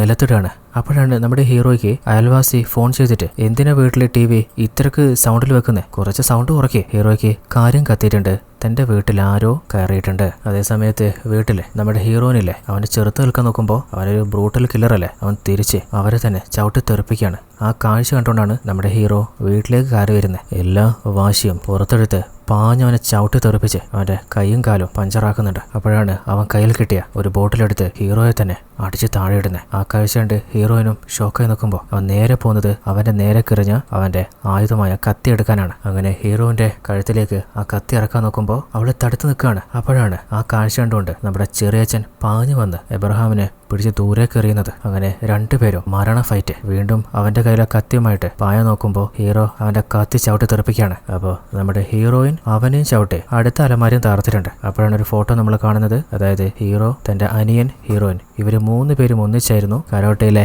ബ്ലാക്ക് ബെൽറ്റ് നേടിയത്. അങ്ങനെ എബ്രഹാമിനെ അടിച്ചു പിടിഞ്ഞിട്ട്, മര്യാദക്ക് പറ, ഇൻസ്പെക്ടറിന്റെ ഭാര്യയും മകനെയും എവിടെ വെച്ചിട്ടില്ലേ? അങ്ങനെ ആ ഡീറ്റെയിൽസ് മനസ്സിലായി. അവരങ്ങോട്ട് പോകുമ്പോൾ നമ്മുടെ ഹീറോ ഹെഡ് മാസ്റ്ററാന്ന് വിളിച്ചു പറഞ്ഞ അവനില്ലേ, അവൻ കൃപയോട് പറയുന്നുണ്ട്, എനിക്കൊരു തെറ്റ് പറ്റിയതാ, എനിക്ക് ഇൻഫർമേഷൻ തന്നവൻ ഇപ്പോഴാ കണ്ടേ. അങ്ങനെ ഹെഡ് മാസ്റ്റർ അല്ല, കരോട്ടെ മാസ്റ്ററാ. അയാളുടെ മോളും അതുപോലെ തന്നെയാ. ഇനിയിപ്പോ ഞങ്ങളുടെ ആളുകള് ആ വീട്ടിലേക്ക് പോയപ്പോ അവരെന്തെങ്കിലും ചെയ്തിട്ടുണ്ടാവോ എന്നൊരു സംശയം. അതേ സമയത്ത് അച്ഛനും മോളും കൂടി നമ്മുടെ പോലീസുകാരന്റെ ഭാര്യയും മോനെ രക്ഷിക്കാൻ പോയിട്ടുണ്ട്. അവിടെ ഉണ്ടായിരുന്ന ഓരോരുത്തന്മാരെയും 2 പേരെടുത്ത് നക്ഷത്രം എണ്ണിക്കുന്നുണ്ട്. ഇടിയെന്ന് വെച്ചാല് കിൻഡലിടി. അവസാനം നേരെ കൃപയും ചവിട്ട് തെറിപ്പിക്കുകയാണ്. അങ്ങനെ നോക്കുമ്പോൾ ആ വീട്ടിന്റെ ഉള്ളിൽ തന്നെയാണ് ആ ഫാമിലിയെ കെട്ടിവെച്ചിട്ടുള്ളത്. എന്നാൽ ഇതൊന്നും അറിയാതെ വരുണിന്റെ മാനേജറില്ലേ ആ 100 രൂപ നോട്ട് വാങ്ങാന് നേരെ ഹീറോയുടെയും നമ്മുടെ നിളയുടെ മുമ്പിലേക്കാണ് ചെന്ന് കയറുന്നത്. അപ്പോൾ അവന് ലോക്ക് ചെയ്തിട്ട് ഇവനാരാ, എന്റെ മേലെ വേറൊരുത്തനുണ്ട്, അവന് വേണ്ട 1000 കോടിയുടെ ഒരു 100 രൂപ നോട്ട് നിങ്ങളുടെ കയ്യിലാണല്ലേ, അതിനു വേണ്ടി അവൻ വരും. 100 രൂപ നോട്ട് 1000 കോടിയെന്നോ, അതിന്റെ പിന്നിലെ ശരിക്കും എന്താടാ? അപ്പോഴാണ് മാനേജർ ആ ഒരു ഗ്രാമത്തിന്റെ കഥയും ഗ്രാമത്തിനടിയിലുള്ള കോടിക്കണക്കിന് രൂപയുടെ അമൂല്യ നിധിയെക്കുറിച്ചും പറയുന്നത്. അതിന് 1300 ജനങ്ങളെ തന്നെ അവരില്ലാതെയാക്കാൻ പ്ലാൻ ചെയ്തെന്ന് അറിഞ്ഞപ്പോൾ ആ വീട്ടില് അങ്ങനെ ഒരു പേഴ്സ് ഉണ്ടോ, ആ പേഴ്സിൽ 100 രൂപയുടെ സീരിയൽ നമ്പറുള്ള നോട്ടുണ്ടോ നോക്കുമ്പോൾ ചെറിയച്ഛൻ പറയുന്നുണ്ട്, നിങ്ങൾ പറഞ്ഞ ശരിയാ, അതേ നമ്പറുള്ള നോട്ട് ഇവിടെ ഉണ്ട്. അപ്പോൾ കൃപ പറയുന്നുണ്ട്, മര്യാദയ്ക്ക് ആ നോട്ട് തന്നിട്ട് ഞങ്ങളെ ജീവനോടെ അതുപോലെ എബ്രഹാമിനെയും ജീവനോടെ വെറുതെ വിട്ടേക്ക്, ഇല്ലെങ്കിലേ അവന് നോട്ടിനും അവന്റെ ജീവനും വേണ്ടി നിങ്ങളുടെ കുടുംബത്തെ തന്നെ ഇല്ലാതെയാക്കും. അപ്പോൾ ഹീറോ തന്റെ മകളോട്, നീ പറ നമ്മൾ എന്താ ചെയ്യണ്ടേ? അപ്പോൾ നിളയിലെ ആ ഒരു ഗ്രാമം തന്നെ തകർന്നില്ലാതെയാവുന്നത് ഓർത്ത് നോക്കിയിട്ട് അതിനെക്കുറിച്ച് നിങ്ങൾക്കൊന്നും ഒരു വേവലാതി ഇല്ലല്ലേ? അപ്പൊ കൃപ, ആ ഗ്രാമമായിട്ട് നിങ്ങൾക്ക് ഒരു ബന്ധവുമില്ലല്ലോ, ആരെന്നറിയാത്ത അവരുടെ കാര്യം ചിന്തിച്ച് നിങ്ങളുടെ ജീവൻ കളയാൻ നിൽക്കണ്ട. അപ്പൊ നിളയാണെങ്കിൽ നീ പറഞ്ഞ ശരിയാ, ആ ഗ്രാമത്തിൽ ആരെയും ഞങ്ങൾക്കറിയില്ല. ഇപ്പോ ഞങ്ങൾ രക്ഷിക്കാമെന്ന് ആ ഇൻസ്പെക്ടറിന്റെ ഭാര്യയും മോനുല്ലേ, അവനെ ഞങ്ങൾക്ക് അറിയുന്ന നീ കരുതുന്നേ? അവനെ അറിയില്ല. ആരെന്ന് പോലും അറിയാത്ത ആ 2 പേരെ രക്ഷിക്കാന് ഞങ്ങള് ഇത്രത്തോളം കഷ്ടപ്പെട്ടിട്ടുണ്ടെങ്കിൽ 1300 ജീവ രക്ഷിക്കാന് ഏതറ്റം വരെ ഞങ്ങൾ പോവും. ആ ഗ്രാമത്തിനെ നിലനിർത്തിയേ മതിയാവും. അപ്പൊ കൃപ, നിന്റെ മോള് പറയുന്ന കേക്കല്ലേ? അവള് തീരുമാനിച്ചാലേ പിന്നെ ഞാൻ വിചാരിച്ചാലും തടുക്കാൻ പറ്റില്ല. അങ്ങനെ 2 പേരെയും അവിടെ വെച്ച് തന്നെ തീർക്കാണ്. അങ്ങനെ ആ കുടുംബത്തെ അവിടെ നിന്ന് രക്ഷപ്പെടുത്തി കൊണ്ടുപോകണം. അതേ സമയത്ത് വരുണില്ലേ, തന്റെ മാനേജറും അതുപോലെ കൃപയും കൊല്ലപ്പെട്ട ന്യൂസ് കാണുകയാണ്. അപ്പോൾ മന്ത്രി വിളിച്ചിട്ട്, നീ എനിക്കിട്ട് പണിയുള്ള പ്ലാനാ, 2 ദിവസത്തില് ട്രാൻസാക്ഷൻ നടത്താൻ പറ്റുമെങ്കിൽ ചെയ്യേ, ഇല്ലെങ്കിൽ 6000 കോടിയുടെ സ്വപ്നം തന്നെ നീ മറന്നേക്ക്. അതേ സമയത്ത് നമ്മുടെ ഇൻസ്പെക്ടറിന് ഇതിന്റെ പിന്നിൽ ആരാന്ന് പോലും മനസ്സിലായിട്ടില്ല. അപ്പോൾ കൃപ കൊല്ലപ്പെട്ട ആ ഭാഗത്തുള്ള എല്ലാ CCTVയും ശരിക്ക് ചെക്ക് ചെയ്യും. അത് മാത്രമല്ല, കൃപ ചത്താല് ആർക്കൊക്കെയാണ് ഗുണമുള്ളത് അവരുടെയൊക്കെ ലിസ്റ്റ് എടുക്കുകയും ചെയ്യും. എന്നാൽ ആ ഒരു ടീം അന്വേഷിക്കാൻ എത്തിയപ്പോൾ ഓൾറെഡി പോലീസ് ഡിപ്പാർട്ട്മെന്റിൽ നിന്ന് തന്നെ CCTV വിഷ്വലൊക്കെ കൊണ്ടുപോയെന്നാണ് അറിയുന്നത്. അതായത് നമ്മുടെ ഹീറോ തന്റെ ശിഷ്യനായിട്ടുള്ള പോലീസുകാരനല്ലേ, അങ്ങനെ വെച്ച് തന്നെ എവിഡൻസ് ഒക്കെ ക്ലിയർ ചെയ്തിട്ടുണ്ട്. അതേ സമയത്ത് വരുണില്ലേ, ഇതിന്റെയൊക്കെ പിന്നിലെ ആരാണെന്ന് കണ്ടുപിടിക്കാനുള്ള ശ്രമത്തിലാണ്. അപ്പോൾ ഇൻസിഡന്റ് ഒക്കെ നടക്കുമ്പോൾ ഒരു സ്കൂട്ടി മാത്രമേ ആ ഏരിയയിലൂടെ ട്രാവൽ ചെയ്തിട്ടുള്ളൂ. അത് ഹീറോയുടെ സ്കൂട്ടിയാണ്. എന്നാൽ അവൻ കരുതിയത് എന്താ, ഒരിക്കലും ഇതുപോലെ ഒരു സാധാരണക്കാരൻ ആവാൻ ചാൻസ് ഇല്ല. അതേ സമയത്ത് ഹീറോ തീരുമാനിക്കുന്നുണ്ട്, ഈ പ്രശ്നമൊക്കെ തേച്ച് മായ്ച്ച് കളയണമെങ്കിൽ ഇനി ഒരുത്തം കൂടി ഇല്ലാതെയാവണം, അതായത് വരുണ് തന്നെ. അപ്പോൾ നമ്മുടെ ചെറിയച്ഛനും ആലോചിച്ചിട്ട് പറയുന്നുണ്ട്, ഏട്ടാ നിങ്ങൾ പറയുന്നതന്നെ ശരി, അവനങ്ങ് തീർക്കാം. അപ്പോൾ ഹീറോയിൻ അതിനു മുമ്പ് ഇവനെ ഈ എബ്രഹാമിനെ എന്താ ചെയ്യാൻ പോകുന്നത്? അങ്ങനെ അവനെ പിടിച്ചലിച്ച് ജീവനോടെ കൈയും കാലം കെട്ടിട്ട് ആ കുഴി കൊണ്ടിടുകയാണ്. അതേ സമയത്ത് കൃപയുടെ എതിരാളികള് അതുപോലെ വരുണിന്റെ എതിരാളികള് ഓരോരുത്തരും അവൻ വേട്ടയാടെ തീർത്തുകൊണ്ടിരിക്കുകയാണ്. അപ്പോഴാണ് കൂട്ടത്തിലൊരുത്തൻ പറയുന്നത്, ഞാൻ ചെയ്തിട്ടില്ല, എന്നാൽ ആരാ ചെയ്തത് ഞാൻ കണ്ടിട്ടുണ്ടായി. ഒരു കേസിന്റെ വിഷയമായിട്ട് ഞാനൊരു ബിൽഡിങ്ങിന്റെ അരികിലൂടെ പോകുമ്പോൾ ഒരു ശബ്ദം കേട്ടു. നോക്കിയപ്പോൾ അത് കൃപയുടെ വീട്ടിൽ നിന്നായിരുന്നു. അവരെ ആക്രമിച്ചത് ആരോ ഞാൻ കണ്ടു. എന്നിട്ട് അവൻ നമ്മുടെ ഹീറോയുടെ CCTVയിലെ വിഷ്വല് കാണിച്ചിട്ട് അതിലേക്ക് കൈ ചൂണ്ടാണ്. അത് കേട്ടപ്പോൾ ആ അച്ഛനും മോളും അത് ഓർത്തിട്ട് വരുണില്ലേ അലറിച്ചിരിക്കുന്നുണ്ട്. അതുപോലെ അവൻ പിടിച്ചോണ്ടെന്ന ഓരോ ഗുണ്ടകളെയും ഷൂട്ട് ചെയ്ത് തീർത്ത് കളയാണ്. അങ്ങനെ 100 കണക്കിന് ആളുകളെ ഹീറോയെയും കുടുംബത്തെയും തീർക്കാനായിട്ട് അങ്ങോട്ടേക്ക് വണ്ടിയിൽ അയക്കുകയാണ്. അപ്പോഴാണ് വരുണിന്റെ അക്കൗണ്ടന്റ് ഒന്ന് കാണണമെന്ന് പറയുന്നത്. ഉള്ളിലേക്ക് വരാൻ പറയുമ്പോൾ പിന്നിലെ കത്തിയായിട്ട് ആരോ ആളെ കൊണ്ടുവരികയാണ്. അതേ സമയത്ത് ഹീറോയുടെ വീടിന്റെ വാതിൽ തന്നെ ആ ഗുണ്ടുകളെ ചവിട്ടി പൊടിച്ചിട്ടുണ്ട്. ഉള്ളിലിപ്പോൾ ഉള്ളത് നമ്മുടെ ഹീറോയിനും ചെറിയച്ഛനുമാണ്. അപ്പൊ ഹീറോയും പറയുന്നുണ്ട്, ഇവിടെ വന്നിട്ടുള്ള ഒരുത്തനും ചാവാൻ പാടില്ല, ചത്തുകഴിഞ്ഞാൽ നമുക്ക് പണിയാ. അതേ സമയത്ത് ഹീറോ തന്റെ മകളോട് പറയുന്നുണ്ട്, ഇവിടെയുള്ള ഒരുത്തനും ജീവനോടെ പുറത്ത് പോകാൻ പാടില്ല. അങ്ങനെ 2 ഭാഗത്തും പൊരിഞ്ഞ ഫൈറ്റ്. വരണ്ട് മുമ്പിൽ വെച്ച് തന്നെ അവന്റെ ഓരോ ആൾക്കാരും നെറ്റിയിലെ കത്തി കയറിയിട്ട് തെറിച്ച് വീഴുമ്പോൾ ചെറുതായിട്ട് വരണൊന്ന് ഇടറുന്നുണ്ട്. അങ്ങനെ 2 ഭാഗത്തും മരണ ഫൈറ്റ് നടക്കുമ്പോൾ അവസാനം നമ്മുടെ ഹീറോയിനില്ലേ വരുണിന്റെ നേരേക്ക് പാഞ്ഞ് ചാടുകയാണ്. അപ്പോൾ അവൻ മാറിയിട്ട് നിളയെ അടിച്ച് തെറിപ്പിക്കാൻ നോക്കുമ്പോൾ നമ്മുടെ ഹീറോ മറ്റു സൈഡിൽ നിന്ന് പാഞ്ഞു വന്ന് അവനെ ചവിട്ടി തെറിപ്പിക്കുകയാണ്. അങ്ങനെ അച്ഛനും മോളും കൂടി അവന്റെ 2 കൈ ഒടിച്ചിട്ട് പറത്തി വിട്ടിട്ടുണ്ട്. അതേ സമയത്ത് അമ്മയും ചെറിയച്ഛനും വന്ന ഓരോരുത്തരെയും പിഴിഞ്ഞിട്ടിട്ടുണ്ട്. അപ്പോൾ വരൻ ചോദിക്കുന്നുണ്ട്, നിങ്ങൾ ആരാ? നിങ്ങളോട് അതിനു മാത്രം ഞാൻ എന്താ ചെയ്തേ? അപ്പോഴാണ് ഒരു ഫ്ലാഷ് ബാക്ക് നമ്മൾ കാണുന്നത്. അതായത് നിള ചെറിയച്ഛനോട് ആ നോട്ടുണ്ടോ ചോദിച്ചില്ലേ, അപ്പൊ തന്നെ 100 രൂപ നോട്ട് കത്തിച്ച് കളയാൻ അവൾ പറഞ്ഞിട്ടുണ്ടായിരുന്നു. അതായത് 1300 കുടുംബത്തെ രക്ഷിക്കാൻ ആ നിമിഷം തന്നെ അവൾ തീരുമാനിച്ചിരുന്നു. അച്ഛൻ പറഞ്ഞു ഓർക്കുന്നുണ്ട്, ആർക്ക് അനീതി നടന്നാലും നമ്മൾ ചോദിക്കണം, എന്നാലേ നമ്മൾ ജനിച്ചതിന് ഒരർത്ഥം ഉണ്ടാവുള്ളൂ. അവസാനം വരുണിനെയും തീർത്ത് കെട്ടാണ്. അവന്റെ 1000 കോടിയും പല മനുഷ്യരുടെ രക്തത്തിൽ തീർത്ത കൊട്ടാരങ്ങളും സ്വപ്നങ്ങളും അവിടെ ഇല്ലാതാവും ചെയ്യാണ്. അതേ സമയത്ത് നമ്മുടെ SI വന്നിട്ട് ഇൻസ്പെക്ടറോട് പറയുന്നുണ്ട്, സാറേ ആ ഭാഗത്തുള്ള എല്ലാ CCTV വിഷ്വലും ചെക്ക് ചെയ്തപ്പോൾ ഒരു കാര്യം മനസ്സിലായിട്ടുണ്ട്. ആ മൈനിങ് കമ്പനിയുടെ ഓണർ വരുണില്ലേ, അവന്റെ ആളുകളാണ് വന്നിട്ട് ഓരോ വിഷ്വൽസും അവിടുന്ന് വാങ്ങിയിട്ട് പോയിട്ടില്ലേ. ഇതിന്റെ പിന്നിലൊക്കെ വരുൺ ആണെന്നാണ് എനിക്ക് തോന്നുന്നത്. കാരണം വരുണിന്റെ മാനേജറെ കൃപയുടെ ആളുകളാണ് കൊലപ്പെടുത്തിയെന്ന് തോന്നുന്നുണ്ട്. അതിന് പ്രതികാരാണ് വരുൺ തീർത്തത്. കൃപയുടെ ആളുകൾ എല്ലാവരെയും അവന്റെ ആളുകൾ വെച്ച് തീർത്തിട്ട് എവിഡൻസ് നശിപ്പിക്കാനാണ് ആ വിഷ്വൽസ് അവിടുന്ന് കൊണ്ടുപോയിട്ടുള്ളത്. അപ്പൊ ഇൻസ്പെക്ടർ, അപ്പോൾ വരുണിനെ കസ്റ്റഡിയിൽ എടുത്താലേ ഇതിന്റെയൊക്കെ ഉത്തരം കിട്ടുമായിരിക്കും. അപ്പോഴാണ് അങ്ങേർക്ക് ഒരു കോള് വരുന്നത്, ആരോ വരുണിനെ കൊലപ്പെടുത്തിയിട്ടുണ്ട്. അങ്ങനെ 3 മാസത്തിന് ശേഷം നമ്മുടെ മെഡിക്കൽ ഷോപ്പിൽ പുതിയ TV വാങ്ങിയിട്ട് ആ TV-യിൽ ന്യൂസ് പറയാണ്. അതായത് പ്രമുഖ ബിസിനസ്സുകാരനായ വരുണിന്റെയും അവന്റെ ആൾക്കാരുടെയും മരണത്തിന് പിന്നിലെ ആരാണെന്ന് ഇതുവരെ പോലീസിന് ഒന്നും കണ്ടെത്താൻ പറ്റിയിട്ടില്ല. അതുകൊണ്ട് കേസ് CBIക്ക് മാറ്റാൻ പോവാണ്. ഇതോടുകൂടി ഈ ഒരു കഥ ഇവിടെ അവസാനിക്കുകയാണ്. അപ്പോൾ എങ്ങനെയായിരുന്നു കഥ? വീഡിയോ ഇഷ്ടപ്പെട്ടാലേ എല്ലാ കൂട്ടുകാരും ഈ വീഡിയോയ്ക്ക് ലൈക്ക് ചെയ്യാൻ മറന്നുപോയിട്ടുണ്ടെങ്കിൽ ഇപ്പം തന്നെ ഒന്ന് ലൈക്ക് ചെയ്യുക. അതുപോലെ നിങ്ങളുടെ അഭിപ്രായങ്ങൾ കമന്റ് ചെയ്യുക. ഏത് കഥയാണ് നിങ്ങൾക്ക് കാണാൻ ആഗ്രഹമുള്ളത് അതിനെക്കുറിച്ച് അറിയിക്കുക. അപ്പോൾ ഇനിയെന്നും നമ്മൾ കാണുമെന്ന പ്രതീക്ഷയോടെ മറ്റൊരു വീഡിയോയിൽ കണ്ടുമുട്ടാം. അതുവരേക്കും ഇത് നിങ്ങളുടെ TM family. Tata, bye bye.